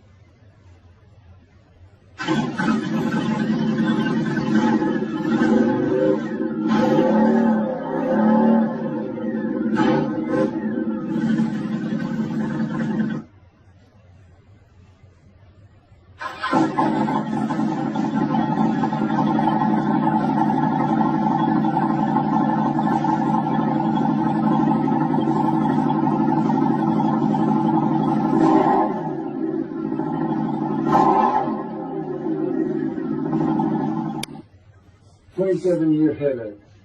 Chapter 5 of the life of God's righteous servant of Isaiah 53. The same year I graduated from law school in 1982, my son Justin was born. In 1985, my daughter Brooke was born. And in 1988, my youngest child and daughter, Laura, was born. I was making good money, though I expected a lot more. And my first job with a law firm that specialized in collections. I also tried my first civil case, which, while working there, which was a nerve-wracking event, first trial. The first day I entered the courtroom, the judge asked me if I was a law clerk. I had a very youthful appearance, though I was 28 years old, not 20, common age for a law clerk. My youthful appearance in junior high school and high school with my long, wavy, blonde hair I usually kept in a ponytail had way too many people tell me I looked like a girl. It is interesting, though, at least to me, not one person in my entire life has ever said anything about my disfigured arm. I must have looked like a girl who would beat on you if you did it. When I got mad, there was no hiding it. You could see it in my face and hear it in my words. When I was 28, Brooke was born. I tried my first civil case, and the bane of my existence on earth began. A never-ending headache that I generally thought to be associated with post-traumatic stress disorder. I had terrible nightmares from my youth, but now I seem to have begun grinding my teeth, causing the temporal mandibular joint, TMJ, to ache terribly during the day, and the whole side of my head, the muscular, I don't know what you call it, but underneath the skin of the skull, was always real tight, a tightening of the muscles. It was difficult to even talk to people at some points. For 27 years I had that headache. I tried everything, even surgery on the TMJ, and another surgery where the doctor severed my upper jaw and then trisected it from my skull and spaced it to fit my lower jaw. All to know that I could not stop the nightmares and the grinding of my teeth. Mouth guards helped my teeth, but the pressure was still there. I literally feared going to sleep. I didn't want to wake up the next day sometimes because I knew how bad the pain would be there again. It completely ended my dream of being a trial lawyer. So I got an associate position in an oil and gas firm and began learning how to prepare title opinions for oil and gas companies on tracts of land they plan to drill on.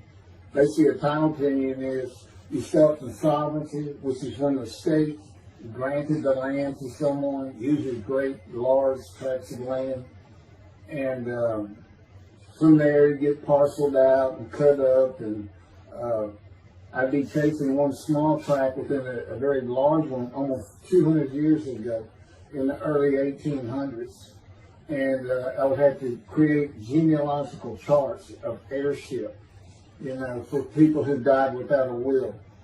And they had to know who the family members were. And I got very good at it. And I really enjoyed it.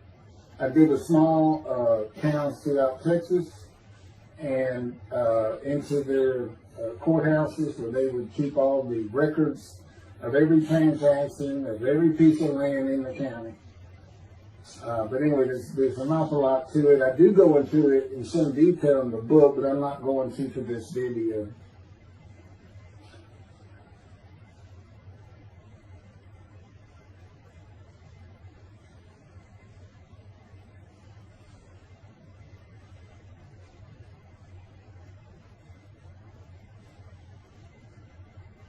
Eventually, I had my own firm. It's just me. I had my own office, and I was doing very well, though billing hours for title work is generally lower than other areas of the law, by the hour.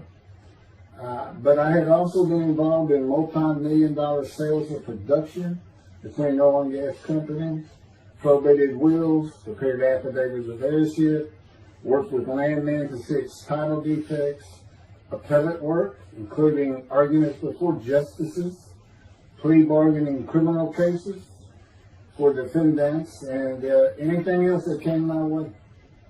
Then it all stopped, and once again I was fighting for my life in 2001. This is chapter 6, skin, colon, and lung cancer. Oh, just God would have me tell you, he gave me those headaches. When he came to me, I stopped having nightmares. He provides my dreams for me now, and often as a learning experience. But the grinding of the teeth, everything stopped, and I thought it was just because I wasn't having nightmares, and took away any symptoms of PTSD, for which I was receiving money from an insurance company for disability, partial disability, and that went on for about 7 years. Then one day we're out walking, year 7 of 13, and I had that headache. It just came. And I just stopped. And I said, "You got to be kidding. You did not give me those headaches." He said, "Yes, I did. It's necessary. You are considered the suffering servant of Isaiah 53. You had to suffer your entire life until you're suitable for my purpose." And that includes sitting every verse of Isaiah 53. At that time, I finally read it 7 years into all this. It was about year 2, I think. But yeah, he did. And, you know, I ended up taking painkillers left and right and drinking with it, as so many people do. I was able to maintain, you know, my life, my work, and everything, but it was enough to put the strain on my marriage that I pretty much blamed myself for it. And I told him, I did this the only time I got hot. Disfigure me, gut shot, those things, they didn't bother me. But I said, you hurt my children terribly with that. Because I became a bad father. I mean, I wasn't the father I could be. I mean, they love me and I love them. We don't have any serious risks. They're off living their lives and they're all doing great.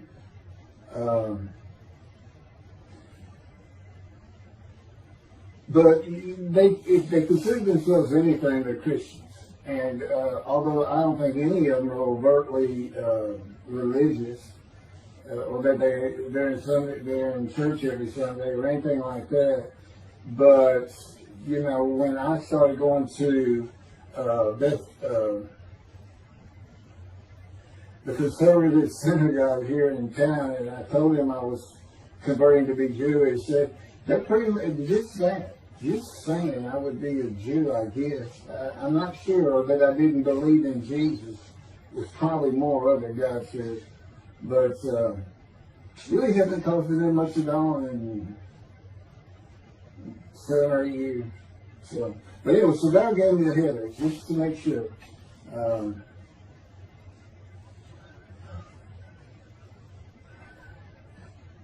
Anyway, I was married to Denise for 18 years, and we divorced in 1997 for irreconcilable differences. We agreed that she maintain custody of the children. The first to leave was Justin, and he came and lived with me. Then Brooke started getting in trouble, who is, as tough as she is beautiful. Her mom's very difficult to get along with. Justin was a lot like me at his age. Trouble followed him everywhere he went. Like me, he was hard to talk to, and like me, his getting out of high school was a coin flip.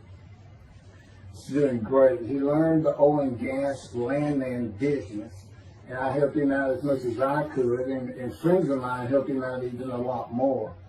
And he's very successful in it. Married, no children. Laura's married, no children. She's got a great job. And Brooke is married with 2 children. I have 2 grandchildren. Long life, sweetest children. You'll see what I'm talking about, long life, when I get to lung cancer that God chose to crush me with. Something had to be done, and to make matters worse, Denise had met a man, and they were going to get married. But he didn't want Brooke. to be part of their new family, or Justin for that matter. He wasn't going to go stay with them anyway. Now, I had 2 of the children, and she had 1, but all still in her custody according to the divorce decree. So anyway, I stopped paying child support on those 2. But had not gotten around to the proper revision of the divorce decree when I took Justin and Brooke with me to live on the Big Island, Hawaii. Laura came with us to visit for a month. This oversight on my part resulted in Denise and now her 3rd husband filing papers in divorce court for past child support for all 3 children, for the time I had begun paying her 1/3 of the original amount. I represented myself. I had 1 contempt of court and was locked up for a day, but I never had to pay that money. By verbal agreement, I sent Laura back exactly 1 month later. I could not leave her out, and I wanted her to see where her brother and sister would be living. They were all so close and protective of each other, and still are to this day. And she was so sad. One of the hardest and emotionally painful things I had ever done was put her on the plane back to Houston. I can't think of anything else. The backdrop to moving to Hawaii was my firm was in dire need of new work. But the oil and gas industry was down. It's always up and down. And my clients were not drilling. A landman I knew called and said his sister in Hawaii, a brilliant eye doctor, but not a good businesswoman, needed help resolving creditor issues stemming from her new offices and equipment purchases. I told him it was a good time for me, as things were slow, and who's going to come down this trip to the Big Island, Hawaii. So I went and took care of everything without charge, but of course everything was paid for. When I came back to live in Hawaii at the urging of the doctor that I had helped, who did not like the look of an abrasion on my chest, and it had been there for years. I was examined by a friend of hers, and it was cancer. I don't remember what the doctor called it. He removed it in surgery with a 6-inch diameter circular cut, and it was not malignant. I could practice in just about any area of the law, and all I had to do was pass the Hawaii bar exam, one of the toughest in the nation. While studying for the bar, my body, all at once, in a moment, told me something bad was wrong with me. I had been running, swimming, riding my bike everywhere I went, letting Justin have the car, and had been feeling good and strong. In a moment's time, I was weak and sick while grocery shopping, and there was a pain in my belly and my abdomen. I did not know it, but a large tumor in my colon had burst through my colon, and I was bleeding internally. I did not go to a doctor, which I guess is my nature. That, and I did not have medical insurance. Anyone asking anyone for help unless they were at a critical stage, such as a bullet wound, was something I couldn't do. I mean, there's all kinds of personality disorders. I thought surely it would pass, and decided to just give it time and bear up to the abdominal and belly pain. I continued studying and took the Hawaii bar on Oahu and Honolulu in the summer of 2001.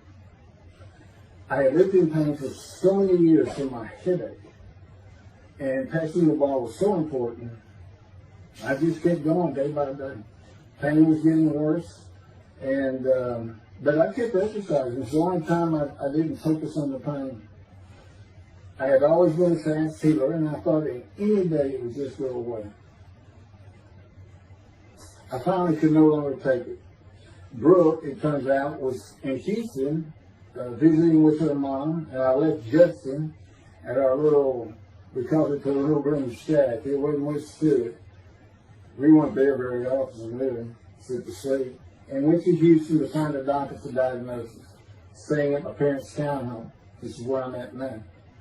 I had allowed my major medical insurance to lapse using premiums for child support when things had gotten lame. I just needed someone to tell me what was wrong. I would find a way to take care of whatever the diagnosis was. Early September, I was close to dying, lying on the floor of a dingy apartment of a friend who traveled for work. I could no longer get up to even try and get medical help. And I had not told anyone how bad it had become. Then the planes hit New York. Seeing how grief-stricken so many relatives were on the news, I began to think for the first time how awful my children would feel when they found out how and where I died all alone. So I asked my father, again, talk to me to ask people for things, for the money to pay for a colon examination that had been suggested by a doctor at one of those clinics you find in a strip mall, the only places I could afford. The doctor who performed the colonoscopy finally found what was making me so ill and unable to eat. A malignant tumor 6 to 8 inches long that had burst through my colon, and I was bleeding internally. You know, I come out of anesthesia, partial anesthesia, and he's holding this picture, and it's this great big purple blob issue. I couldn't get the scope past this. It's not a good way to wake up. To say it crushed me in my life is an understatement. The pain, the weight loss, inability to eat.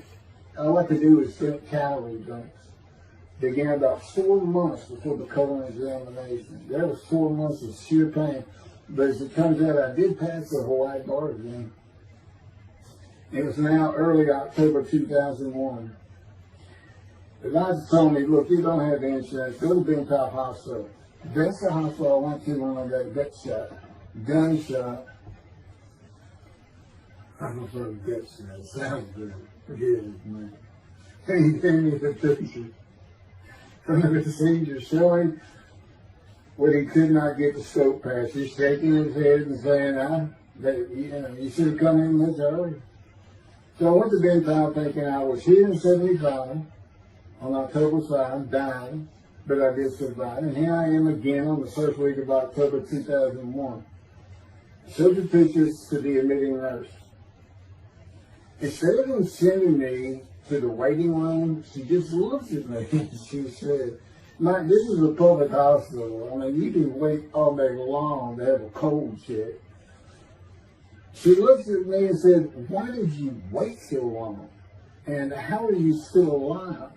And I told her, I have no idea. She did not send me to the waiting room. They had an orderly take me immediately to a room. There they hooked me up to a morphine machine where I could hit a button at a time interval I can no longer remember and receive a small dose. I do know I never missed one. I was very depressed. My parents who waited in that line for admittance with me looked so sad and depressed. It was not one of my better days, though I finally had some pain relief. Day after day, I lay there waiting for the next test they would run. It was during this time I received notification that Denise had filed papers in the divorce court to recover monies for the time I was taking care of 2 of the children. That's also when I received notification from Hawaii that I had passed the bar exam. So, Bentoff Hospital, what a lifesaver. I mean, young surgeons in like Baylor University, medical schools, it's a prime position to get your hands on if you're going to be a surgeon.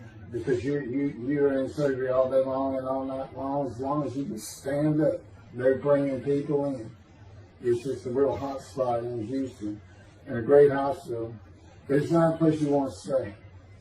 You really don't. My doctor would come in and be out so fast, I never knew what was going on.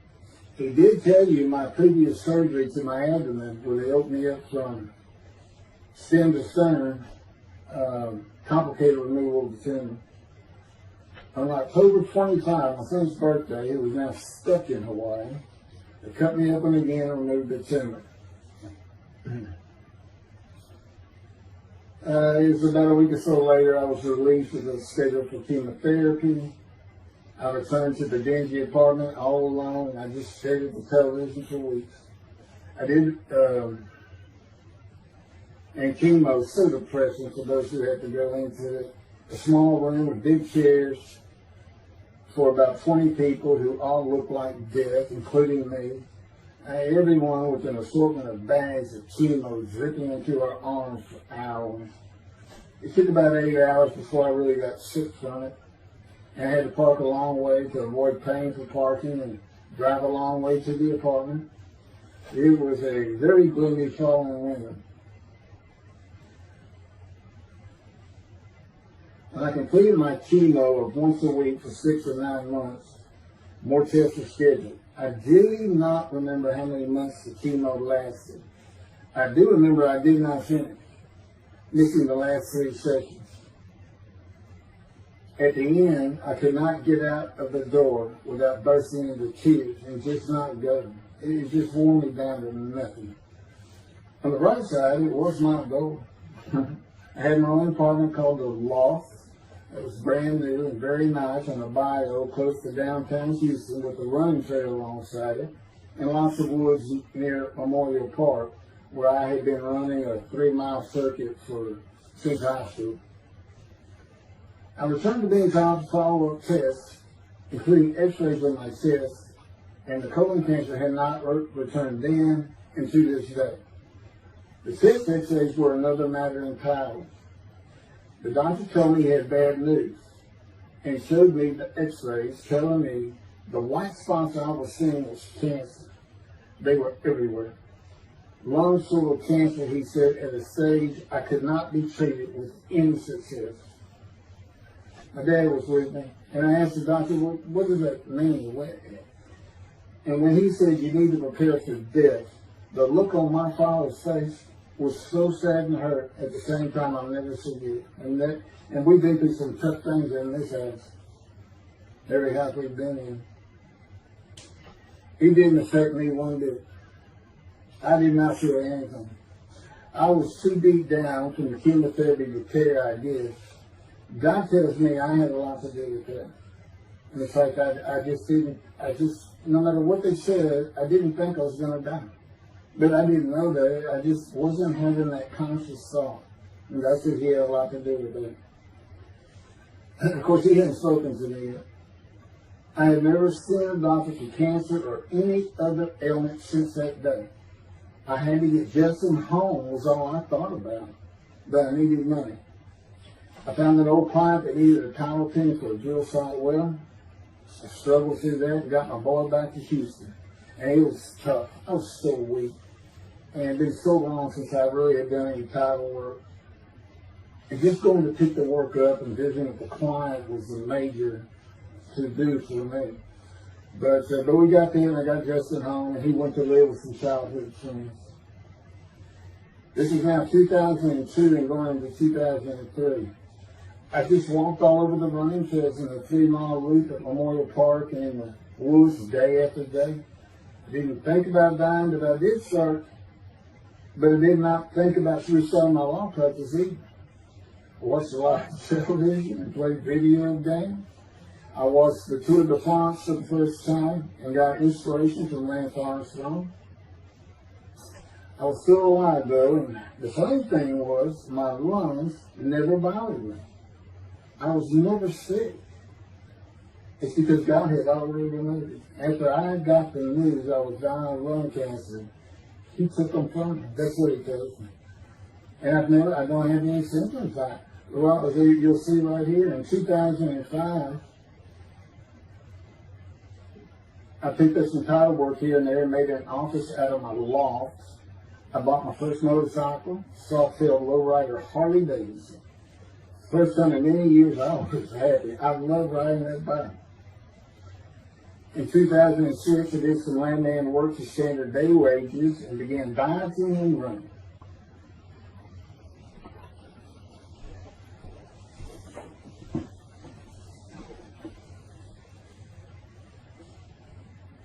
Once again, my camera only goes for 29 minutes and 59 seconds. And I gotta, I don't know, back up just a little bit. In 2006, I did some land work for standard day wages and began diving and running. I had never been a swimmer in terms of training for it. I love the water and swimming, but I never trained with laps of different paces and various distances. Mostly because I was so slow, because of my right arm. I was reaching an age, though, where endurance in my running was more important than speed. And so endurance swimming was too. In Hawaii, I had seen the athletes come to Kailua Kona, where we live and where the Ironman Triathlon begins and ends. Matter of fact, my little green shack was just right on the route where they start. That was a fun week. And it was amazing watching the athletes train and prepare for the race. I would think to myself, a human being, the human body cannot do what they are doing. If they were and they did. It's just amazing. I decided to learn how to swim more efficiently and how to train for distance and endurance. Get a regular and triathlon bike and innocent triathlons. I was so alive and finally a direction and purpose in my life. Training every day for long periods of time. It really helped with my headache and I slept better. In 2007, I signed up for the March 30, 2008 Lone Star Half Iron Triathlon in Galveston, Texas, and the October 5, 2008 Longhorn Ironman 70.3 in Austin, Texas. You cover 70.3 miles, and you got to do it under 8 hours. And I did real well on the first one. As far as my time, it's 7 hours and a little bit, but I barely made it without disqualification in the one in Austin. And it was primarily because of the hills. It's this very hilly area in central Texas, I did. But I did make it, and swore I'd never do another one. But I did that after the first one too. It's tough. My insurance is still paying for my inability to work, primarily based on the headaches and a diagnosis of PTSD. So I was not working, and I got real serious and trained to swim to 1.2 miles in the ocean, and that would be in Galveston and in a lake in Austin, 56 miles on the bike, and a half marathon, 13.1 mile run. That's what I was able to do with a diagnosis in 2001 of lung cancer that could not even be treated, stage 4. And that's just about impossible. It would take a miracle of God for that to happen, because generally you're going to die within 1 year. They say if you get lucky with good medical treatment, you might make 5 years. But 1 year is standard, if you can make it that long. That's not proof that I offered myself to guilt for God. Because you can't, it's not something provable. All you can do is see the result of that offer. And again, guilt and emotion. I got way too many videos and everything to get too detailed on it. But that is the proof. You know, I got the colon cancer 20 years ago when the plane hit New York. And it's that was 2009, right? Too many things go through my mind when I start thinking about those cancer years. But God, He removed it. He had something for me to do, but that's verse 10. God chose to crush him with disease. And as I've mentioned, the reason He chose that is to show that I was blemished. The fact that could not possibly be an offer for sacrifice, because He knew what the Gentiles were going to do. They were going to put an unblemished lamb in there and call the Jewish people's Bible their own, and use the laws of Leviticus, not unlike Mr. Toby the Singer and his 6 million blemished lamb sacrificed by Hitler, the righteous servant of God. How that seems to read. He's welcome to respond any way he wants to do that, but it's on the video, it's in the book, it's in quotes by him from his midrash, from his site, and he said, share this with everybody. Everybody can take it. Just share how great my knowledge is. Well, it's lacking in some areas. We don't question he's an intelligent man, but his reasoning capabilities, in my opinion, at least as to Isaiah 53, are severely wanting. I am that man. And God's going to give Christians hell with it and with me. Just like I just heard this for the first time on the video. When all of a sudden he had me say that Jesus announced he wasn't the man of Isaiah 53 on the cross. When he said, Father, Father, Father, why are you forsaking me? Because he was about to die. And Isaiah 53, who he thought he was, and he's not, he didn't fit the verses, but he thought he was supposed to be exposed to death, but given long life. So boldly he goes into the Roman Jerusalem and gets himself taken up. He's not worthy. Delusional, yeah, maybe, but as far as I'm concerned, he's nothing but a story. He never existed. The story starts with the ascending of the Red Sea Scrolls and the teacher of righteousness. Real quick, I'll go over that. Here's the thing. Their founder is called the teacher of righteousness. Okay? They were great followers of Isaiah. They had the great scroll of Isaiah. They're prolific writers and copyists. They had their own gate at Jerusalem. The Ascends Gate. Now, the New Testament never mentions them. You got Pharisees, Sadducees, Ascends, but they never mention an Ascend. And Jesus, quite frankly, would have been one of them. Because they embody who he is. They didn't like riches, hated sin. They didn't like material things. They removed themselves from Jerusalem, in the most part, to those caves by the Dead Sea for that very reason. But they did have a gate. They still had people who would be there, and you know what they would do at the gates? Tell stories.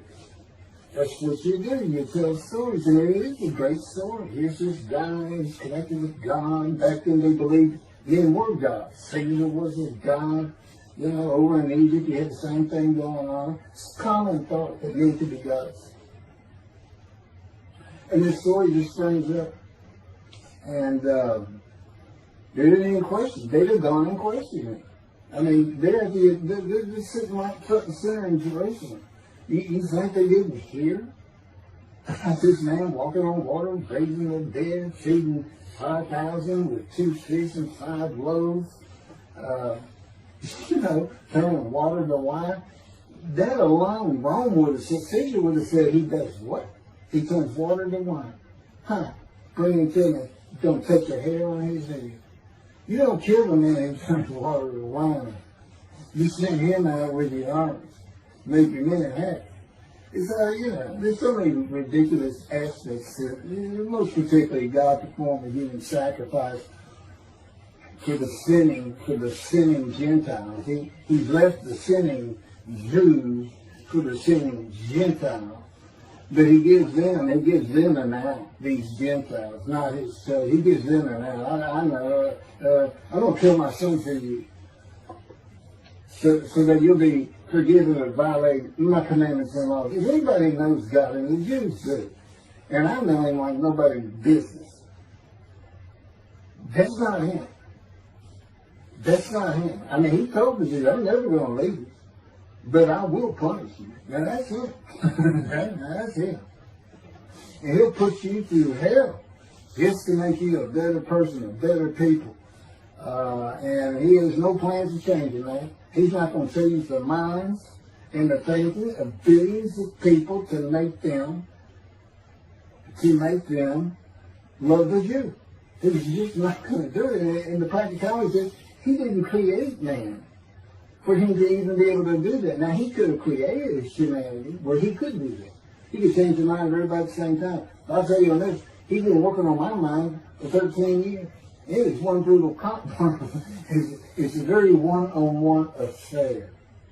Now he says, now I could just kill everybody. I mean, that's easy enough. That's easy. I could just kill everyone, but He said, that's not, it's all about this. You got to know how to read the Bible. It's written for antiquity first, and the Dark Ages, and then the Age of Enlightenment. I mean, basically he's saying you've got to go back over it. You've got to check these guys. You've got to check Rambam and his speech. God's going to make the world speak Hebrew. Or, they will be able to kill. So you've got to check some of this stuff.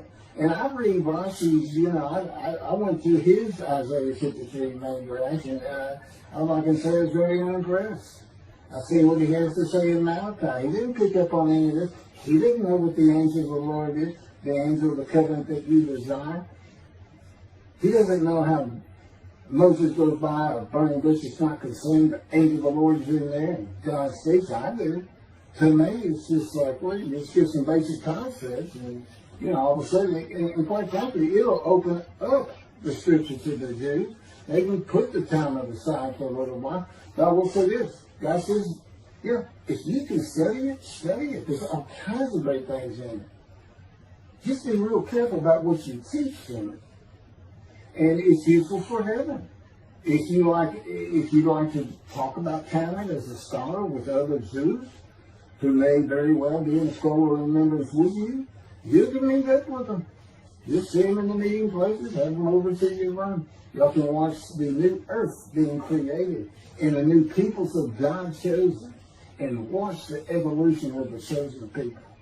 And humanity, the same as this one. God says, why would I change? Why would I change it? When I did it, it was perfect. And you can tell me sooner that the evolution that he's talking about, where all of a sudden the world's going to love the Jews, been going on for over 3,000 years, and today, and the 17th is up, and David is here. It's not going to happen. Thank you very much. I will be doing, is that 5 and 6? Yeah, that was 5 and 6. Now the book picks up at chapter 7. It's on video when God first speaks to me. And it's just very interesting. And we'll still be putting some videos out. But I've pretty much covered all the major material. Everything from Isaiah 53, the day of the word, Lord. There's a few more things. And it's a better read than it is a video watch. But, for those who like to read. But it's covered very well in these videos. And now that I've put in the personal part in, which is to show how I see Isaiah 53, and you see the difference in my life. Now that's a life of suffering. That's a life of pain. That's a life of familiar with disease. They said, gee, when he died on the cross, he was scourged. He was scourged, and this and that. You know how much he suffered in his life? I mean, he's not even in the conversation as a man of suffering. He's not in the conversation. Thousands and thousands and thousands of people died from horrific deaths back then, and by crucifixion. Not the only one. This is descriptive of a man and his life, so you can find him, identify him. And what did he do? He never suffered. He's never sick, ever, until the last day of his life. 30 years old, he's got one day, but under his belt is pain and stuff. Yeah, to me, that's not, you're not even in the conversation. I mean, this is nothing. That's not being suffering. That's just, you have a bad death, sorry. You got whipped first. You got whipped. One gospel says that the scourging was an open-handed slap to the face.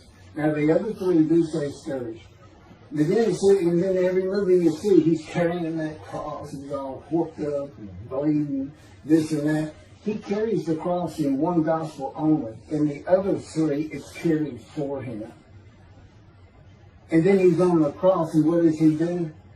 Father, Father, why are you forsaking me? And then the gospel says, one of them, and then he gave up the ghost.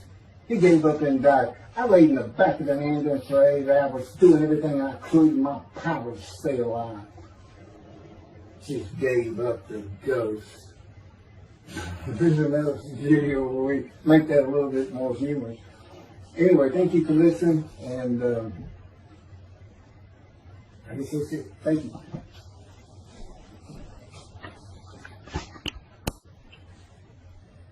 This is a video that leads into a brand new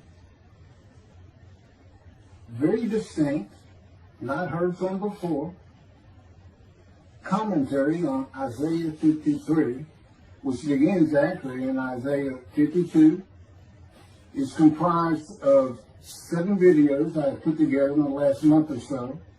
And I'm just putting them all together with a lead-in video explaining these things and why it's so new, novel, and has such a different view of the scripture from that which Judaism teaches regarding a Messianic era when David comes, the descendant of David. They often refer to him as King Moshiach. Moshiach means the anointed one. And you'll get the idea from the title of this video real quick. God speaks to an atheist. And it began like this. The doctors who gave me 1 month to live from lung cancer in 2002 that developed from my colon cancer metastasizing would have been surprised that I was still alive, to say the least. I had stopped thinking about the lung cancer years before. The white spots in the x-rays that filled my lungs like the stars in the night did not inhibit my breathing or slow me down in any way. At this point in time, I'm training for my first triathlon. And I didn't start small. I did a half Ironman.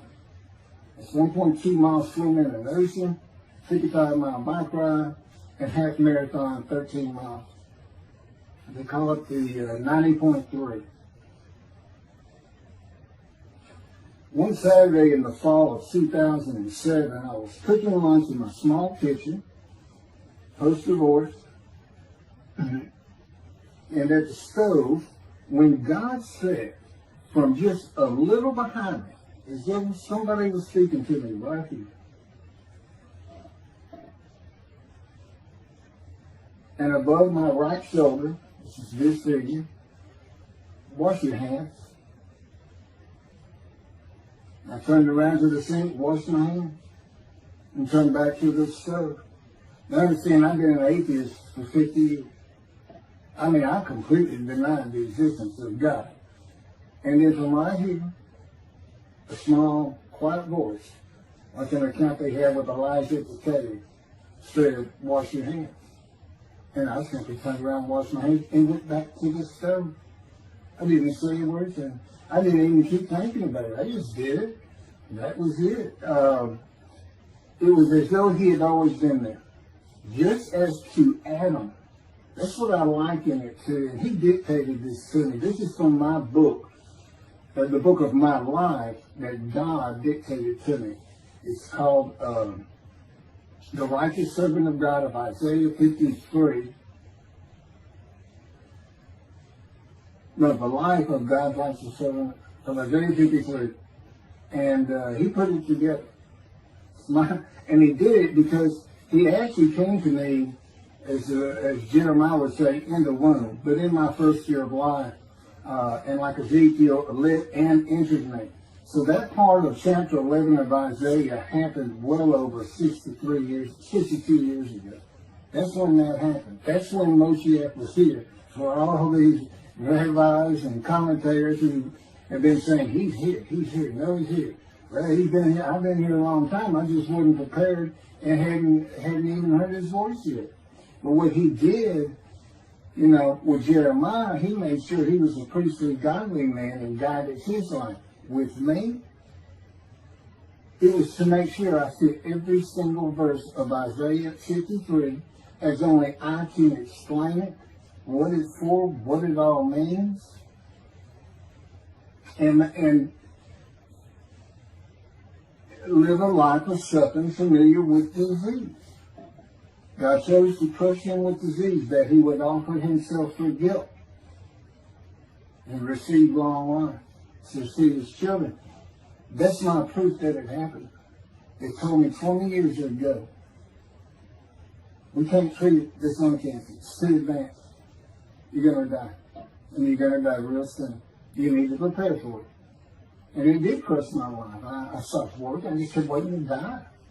And I'm shooting dying now. I'm training at this point in 2007. I'm training for a triathlon. I finally said the heck with it all. And that's the proof. Crushed with disease, exposed to death. That's in verse 12. Exposed to death. And here I am, 20 years later, still going. Him seeing a doctor since, never received any treatment, which is unheard of with lung cancer. And had colon cancer before that, and had skin cancer. I'm a man familiar with disease, that God chose to crush the disease, and these 7 videos put together as one. Obviously, I wouldn't ask or want, and I couldn't do it. To listen to them all at one time, but I know you can mark your thoughts and everything. But it was spread out in 7 different videos, and I thought, well, the next video I'll do, I'll have a preamble to it and explain this. This is not fooling around. Once you learn my version, which comes from God, of when Moshiach comes, the day of the Lord, which is left out of the Messianic era. But if you ignore me, God says, as my role as Elijah, God says, when he does return to his temple suddenly, it's going to be with, and it's not there, it's going to be with utter destruction to the land. Okay, all this is explained, so I'm not going to keep going in detail and carry on with God first speaking to me, but it was as what Adam would have felt like. This is natural. I mean, to him, you know, having somebody speaking to him from above him, from up here, from within him, it's perfectly natural. And he wouldn't be falling down in reverence and I'm not worthy and all that. It would just be this person's always talking to him and telling him what to do. The fact that he doesn't see him wouldn't probably enter into his mind. This, you know, this is the natural order of the world for Adam and me, particularly today, 13 years later. Still in God's final refinement, preparing me, and now we have the books, the unpublished, Jewish publisher, Christian publisher. I dare not even send it to them, because how harsh I am on Jesus Christ, who said he was the man of Isaiah 53. And it's because of him I had to get crushed with cancer. That's what that's all about. God doesn't have to crush you to make you offer yourself for guilt. He just seized Ezekiel and put him through the fire of refinement, the anguish of it, and sent him off to be a prophet to the Assyrian, Babylonian exile, of which he was one, actually. Ezekiel, the book of Ezekiel is the key to Isaiah 53. That's my backer. See, God, these videos, everything, the way where he put angel of his presence and Holy Spirit, that Judaism doesn't recognize. A host of the Lord's host. It's in the book of Joshua, one time. He did it so they wouldn't find it. He knew what this was going to be about. These are my proofs. This is what it's all about. He set it up for me to be this controversial. You just got to take the Messianic era of Judaism and toss it out the window. And you'll understand why, when God has me explain it to you, he controls everything I do, think, and say. Finishing preparing lunch and ready to watch a Texas A&M football game, I headed to the living room, and God said, "Get a napkin."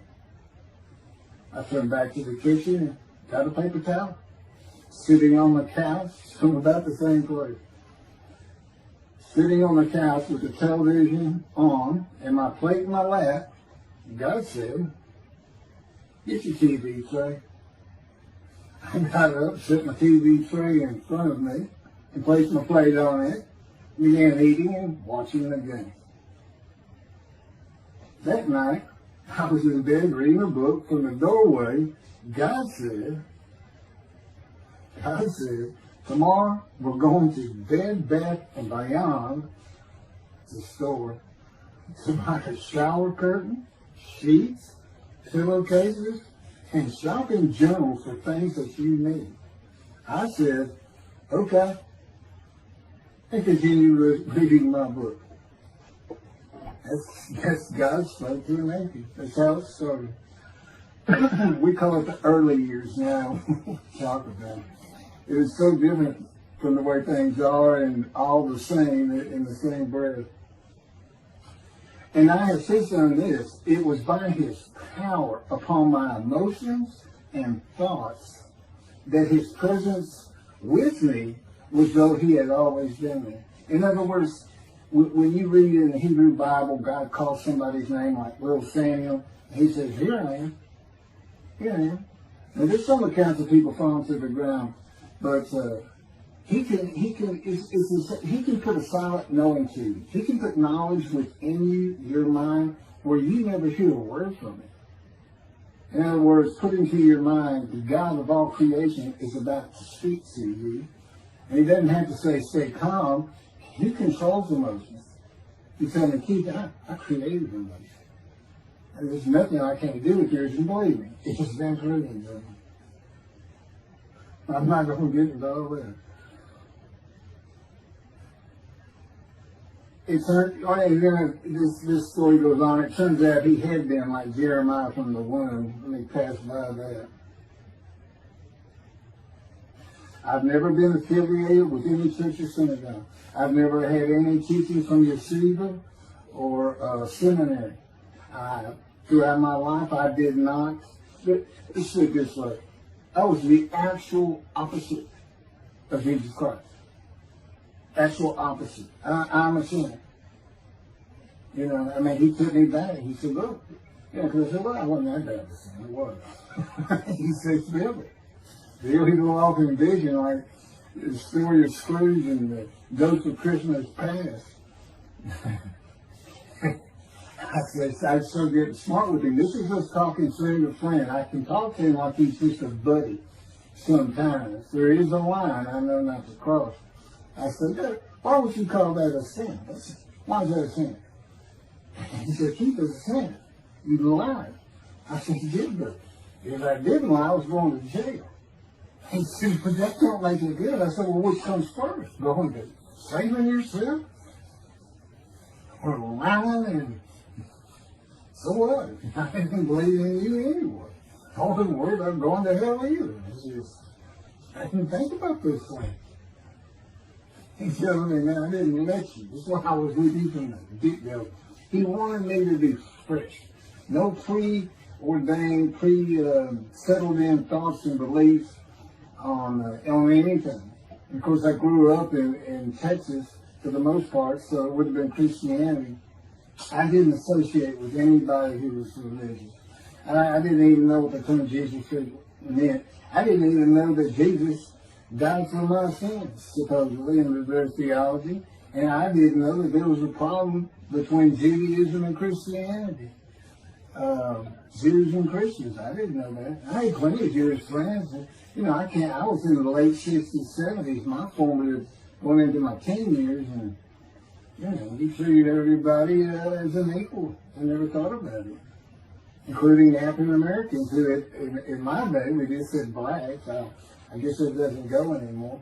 But they're great friends of all kinds.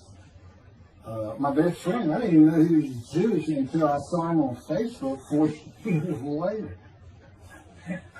But anyway, let me jump ahead. Okay, this is how God communicates with mankind. This is what the prophets are all about. It's not just Ezekiel, a spirit lit and entered into me. At that moment, God was speaking. And then he says, at that moment, a spirit entered into me, and then I could hear God's words. So he's saying, and that means God is in his spirit.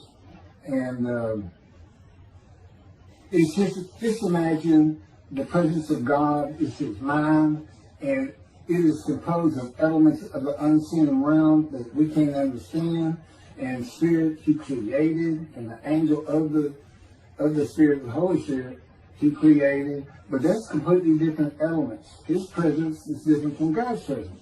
But they're like big clouds, and they can float together and be as one cloud. Okay, that cloud is what descends upon you. They are within me and without me. If you, this audience, was in a room with me, they would envelop you all around you. You'd be in the presence of God. The difference with me in that room is that that cloud engulfs me, flows through, it's within and without me, as though there's no break because of my physical structures. My little spirit is a little cloud that also drifted in. That's what it is. And it happened with all the prophets. If they spoke God's words, he was talking to them. He was telling them, write this down. Write this down. All these 20 books or so, the books of the prophets. Ezekiel, write this down. Let's pick this up. Jeremiah, write this down. See, your time is coming. Well, that's the time in Malachi. It all comes together, and you'll find it in all these videos. So, and it doesn't just include Moses and the prophets. The man who wrestled with Jacob. Jacob says he wrestled with a man in divine being. But, you know, Judaism doesn't acknowledge the Holy Spirit's a person, which is beyond belief, because there's so many references that this is clearly a person, the angel of his presence.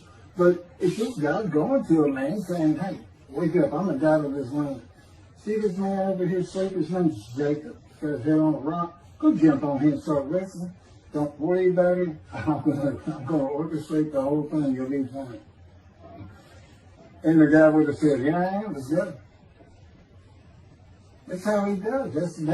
And Judaism says the man in divine being is an angel. No, you know. That'd be like saying, I'm an angel. And you wouldn't want to say that. Well, you wouldn't want to say it to me before he came to me, because I hadn't made me mad. I had a hell of a temper, just like Moses did, and like Ezekiel did. And God knows how to knock it out of you, to where you smile and laugh a lot. Because I never used to. Well, you got to read the book, and you'll get it. You'll get it. And I just, you know, just like a lot of people, I've been through too much, hurt too much, suffered too much to have any thought that there's anybody upstairs, you know, who cares about me. It's just don't even mention his name around me. If you're gonna fight, or I'm waiting for you, and you'll never see me. Don't do that, because it just makes me. All that's gone over. Lots of stories on that. Oh, and the Spirit speaks. He's got his own personality. He's angelic. He has a very childlike voice. And it's just nothing but a ball of humor. He can have me say he's the greatest comedian of all times of the universe. And he's just a joy to talk to him. And he has the smarts of God. But I have instant communication with him. I have instant communication with God. It's like there's three persons in my mind. This one cloud, it's three clouds. It's two spirits and the elements of God's mind. And slow process of 13 years, and there's 13 years of, and this is from Isaiah 53, punishment, wounding, chastisement, maltreatment, crushing, bruising, and I'm telling you, he's relentless. This is the stories, and I have a lot more once I get to Israel, and I have full confidence God's going to get it done. That's one thing I don't worry about. 13 years, a year and a half of trying to get books published, denied by everybody who even bothered to answer me, because it's just so different. And it can only go to Jewish publishers, and it's just like, well, this isn't the stuff we believe, and it sounds like he's saying it's him, and this and that. Well, I was. God said I made sure I didn't get them published. I wanted to do the videos first. You see, I'm not on the executive committee. I don't know what's going on 99% of the time. I don't know what I'm going to have for dinner. I no longer have self-will. I can't ask him for anything. There's all kinds of reasons for that, such as, you know, if one of my kids gets sick and he doesn't heal them up, you know, cancer or something, Am I going to be disappointed? Am I going to be hurt? The answer is no. He's trained me too well to even bother asking. If he's going to do it, he's going to do it. I know he has the knowledge, and he's right here with me. So, it's a long, detailed process. I know things from his perspective. This is another reason the Messianic era is not going to happen. And it comes out in these sins. But the Holy Spirit, the angel of his presence, we're friends. God says, I can't be friends with human beings. I said, well, we're friendly with each other. He said, yes, that's right. I said, I Googled this, and technically you are my friend. He said, well, I know, but I just don't acknowledge it. I said, why? He said, because I'm God. That's what I am. I get to do whatever I want. And he's just messing with me. It's just like having a friend. Of course, it's a true statement. He can do whatever he wants. He's pretty stately and regal. But, again, we live together. I've lived with him for 13 years now. And it's never going to end until I die. I wouldn't even know what to do. He said, if I left you, you're going to fall down dead. You're not supposed to be alive. I keep you alive. So I took that cancer from you, but I just put it back in if you do something that you want to leave. I said, well, what am I going to do? No self-will. To an extent, no self-thought. And I told him, I'm not even a human being anymore. He said, well, what are you? I said, I don't know. I'm man and divine being, but I'm not a human.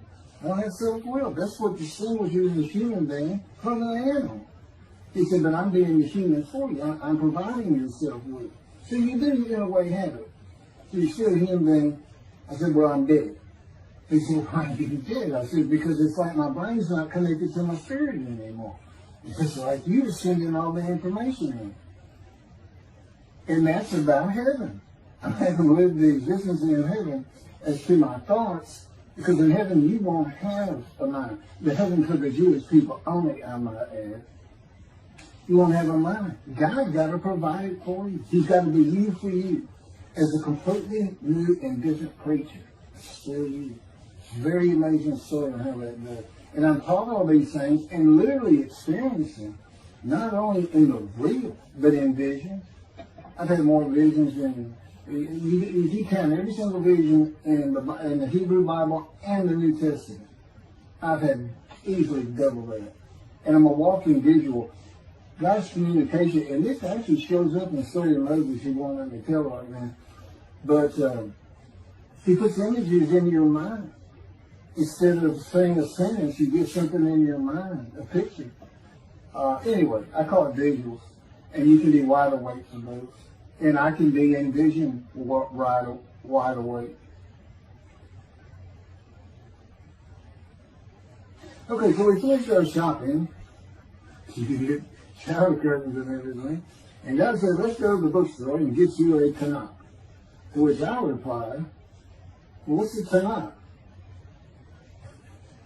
I didn't Hebrew Bible, okay. Well, I know the Holy Bible, the New Testament and Old Testament. And on we go. My son to learn for the first time. At Barnes and Noble, we looked at all the Hebrew Bibles and purchased the Jewish Publication Society's Tanakh, the Holy Scriptures, which is a translation that began in 1956 and was published in 1985. And then he spent 30 years on the Leningrad Codex, the oldest Hebrew Bible in existence. They started from scratch. I hear these rabbis and people say, well, I know what these translations are, this and that, and this, and God says, just go with the JPS. They hit it right just about every single time. I've only found one thing that I don't understand how they miss it. But it's in 53. It's the 1985 edition. That's the best translation you can get out there. And I don't just hear God speak to me. His presence is heavy. And I'm also, it says he pinned Ezekiel's arms behind his back with his cords of power. And by his cords of power, Ezekiel could not leave his house. That's in Isaiah 53. He took him from the land of the living. Took him from society. The man of Isaiah 53 lives, so he's taken from society, but that doesn't, from the land of the living, that doesn't mean he died. And there's no crucifixion in 53. So You start to see how Ezekiel is so important in this, and that's where you find out about the covenants of friendship that come with God in the day of the Lord when Moshiach comes. Again, you don't hear anything about it in this Messianic era. I'll tell you this. I think the Jewish people are going to like this better.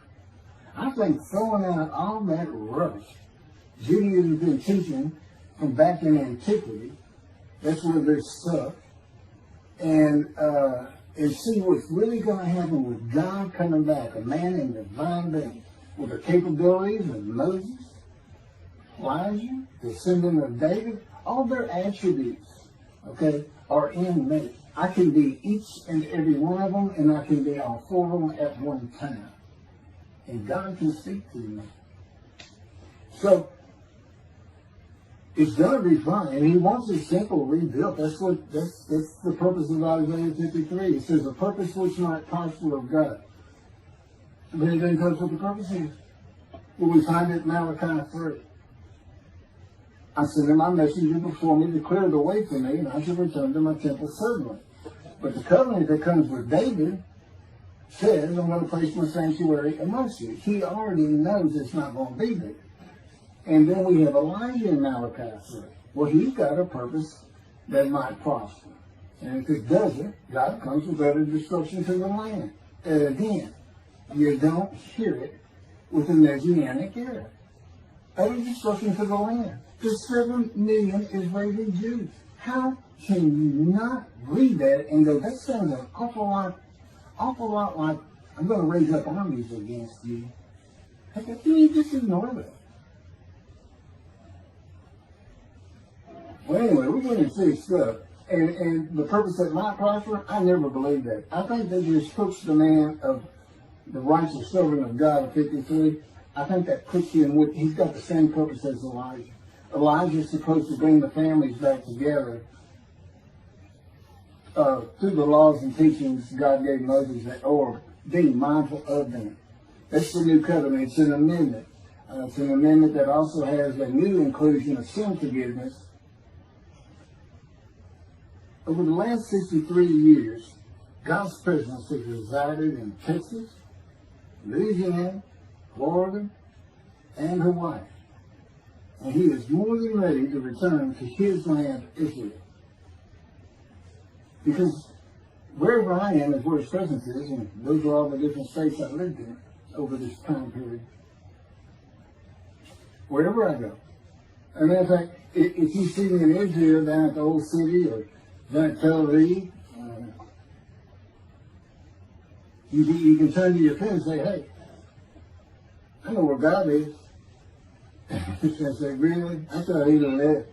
Some people say he died. He said, no, you see that guy over there? He's all around that guy. And some say inside too. That's what it's going to be like. God said, when you get to Israel, we're never leaving again. I said, I want to see Great Britain. He said, it's like, did you just ask for something? I was like, oh. Yeah, that's good. I hope I fry if I hit the border and cross over. I hope I just burn up. That's the combustible flame. But anyway, that's where he wants to be. And I'm sure he's going to get there. This purpose that might prosper, again, I think it just shows the purpose of the righteous servant and a purpose of Elijah. Because he knew I was going to be teaching. There's only, in the day of the Lord, as you would imagine, he wants to have all the prophecies fulfilled, be done with the prophecies. And there's only a handful, 4 men to come that we've never seen. The descendant of David, prophet like Moses, Elijah, and of course the righteous servant. We only had one description. Even the sages knew you got to have a description of the descendant of David. It's Isaiah 53. They called him in the Babylonian Talmud the leper scholar. You see me referencing it on just about every video. In other words, I'm saying, look, it's not Jesus, it's not the people of Israel it's taught today. it's this guy from the Talmud that just hadn't come yet. You just didn't know, didn't have a man that fit the description. Well, you do now. And two covenants. The friendship covenant, which is actually in two parts, Ezekiel 34 and Ezekiel 37. One part of which is, I'm going to put my sanctuary amongst my people. And the other part, interesting enough, has to do with the land blooming again, which is Jeremiah 31. See, a time is coming, the land will bloom again. See, a time is coming, the cities after desolation of many years, 2,000 plus actually, will be restored and Jerusalem rebuilt. And the Jews shall never be defeated again. Okay, now we just talked about other discussion likened to armies being raised. But here it is in this friendship covenant, in this, Jerusalem being rebuilt. If that's done, then you'll never be defeated again. So, you look at it and go, well, there's kind of a problem between those two. And what I think it means is he's going to get the temple built now that Jerusalem's been rebuilt and he's come. That this might prosper, because it kind of gets it. So what is the purpose of God might prosper? Who thought you could do everything? And he said, well, in large part, my people got to listen to you. They got, especially the rabbis, they never listen to my prophets. They're all full of themselves. And they know everything. Well, he starts getting angry. And see, that's not good for me. Because all of a sudden he wants to make me better, which means suffering. You got to keep them away from those leaders. I feel the spirits. They run funny. Get the funny guy around here. We talk friend to friend too. Well, anyway, I'm going to let you. There's a lot more, but this story's in my book. Hopefully, after spending time and understanding who I am, and this is here. It's happening. I don't care what the rabbis think or say. Look, I'm a prophet of God. I'm a man in divine things. If I say something contrary to what they think and say and believe, they're wrong. Automatically. It's a given. Because God is telling me all these things. It's his book. They're wrong automatically. And he is livid that I'm having this problem with Isaiah 53 being the people Israel. Well, it's in the videos, but you ought to see the arguments they really put back before that, for Isaiah 53:10 and other verses. Rabbi Tobias Sandra out of his Judaism, he went Christian. The Christians went to the laws of Leviticus, animal sacrificial laws, and said Jesus is the unblemished lamb. That's why, and they're using, Leviticus where you could offer a lamb and for unintentional sins, but nevertheless, they turned it into, he was a human sacrifice, which he says himself. He says, God no longer wants bulls and goats for sin. He prepares my body for sacrifice. He's really talking about it, and God made the sacrifice to Gentiles so that they didn't have to obey his commandments and laws. From an atheist who comes in with no religious background, I read that and I look up face to face with God wherever he is that moment. And I say, you gotta be kidding me. People believe this? He said about 2 billion right now. So I'm not gonna bother trying to tell you how many there's been in 2,000 years. God made a human sacrifice for me so I can go to heaven and I can go kill somebody if I want to. I can go beat my wife and my kids. Huh. I said Jesus again. God was teaching me the New Testament, and this guy at one of these mega churches came up to me and says, if you do, he said, Jesus Christ, you're not just forgiven of all sins that you have committed. You're forgiven of every sin you're going to do in the future. I said, really? He said, just do it. He said, Jesus knows you're going to do it, and he already forgave you. I said, what? Okay. So, if you're a Christian, you can just sin all the time, because he knew you were going to do it. I hadn't actually heard that taught, but that's the effect. Okay. This year in Jerusalem. Enjoy the books. Don't try to look at the videos. Don't try to watch them all at one time. But what I did is I put them together for you in the order they should be. And I just thought it'd be easier. And we're kind of coming to the end of our videotaping for a little while, it seems like. Again, I'm not on the executive committee with God and His Spirit. I never really know what we're going to do next. And the books are at keithmccarty.wordpress.com. You can find that on my YouTube channel.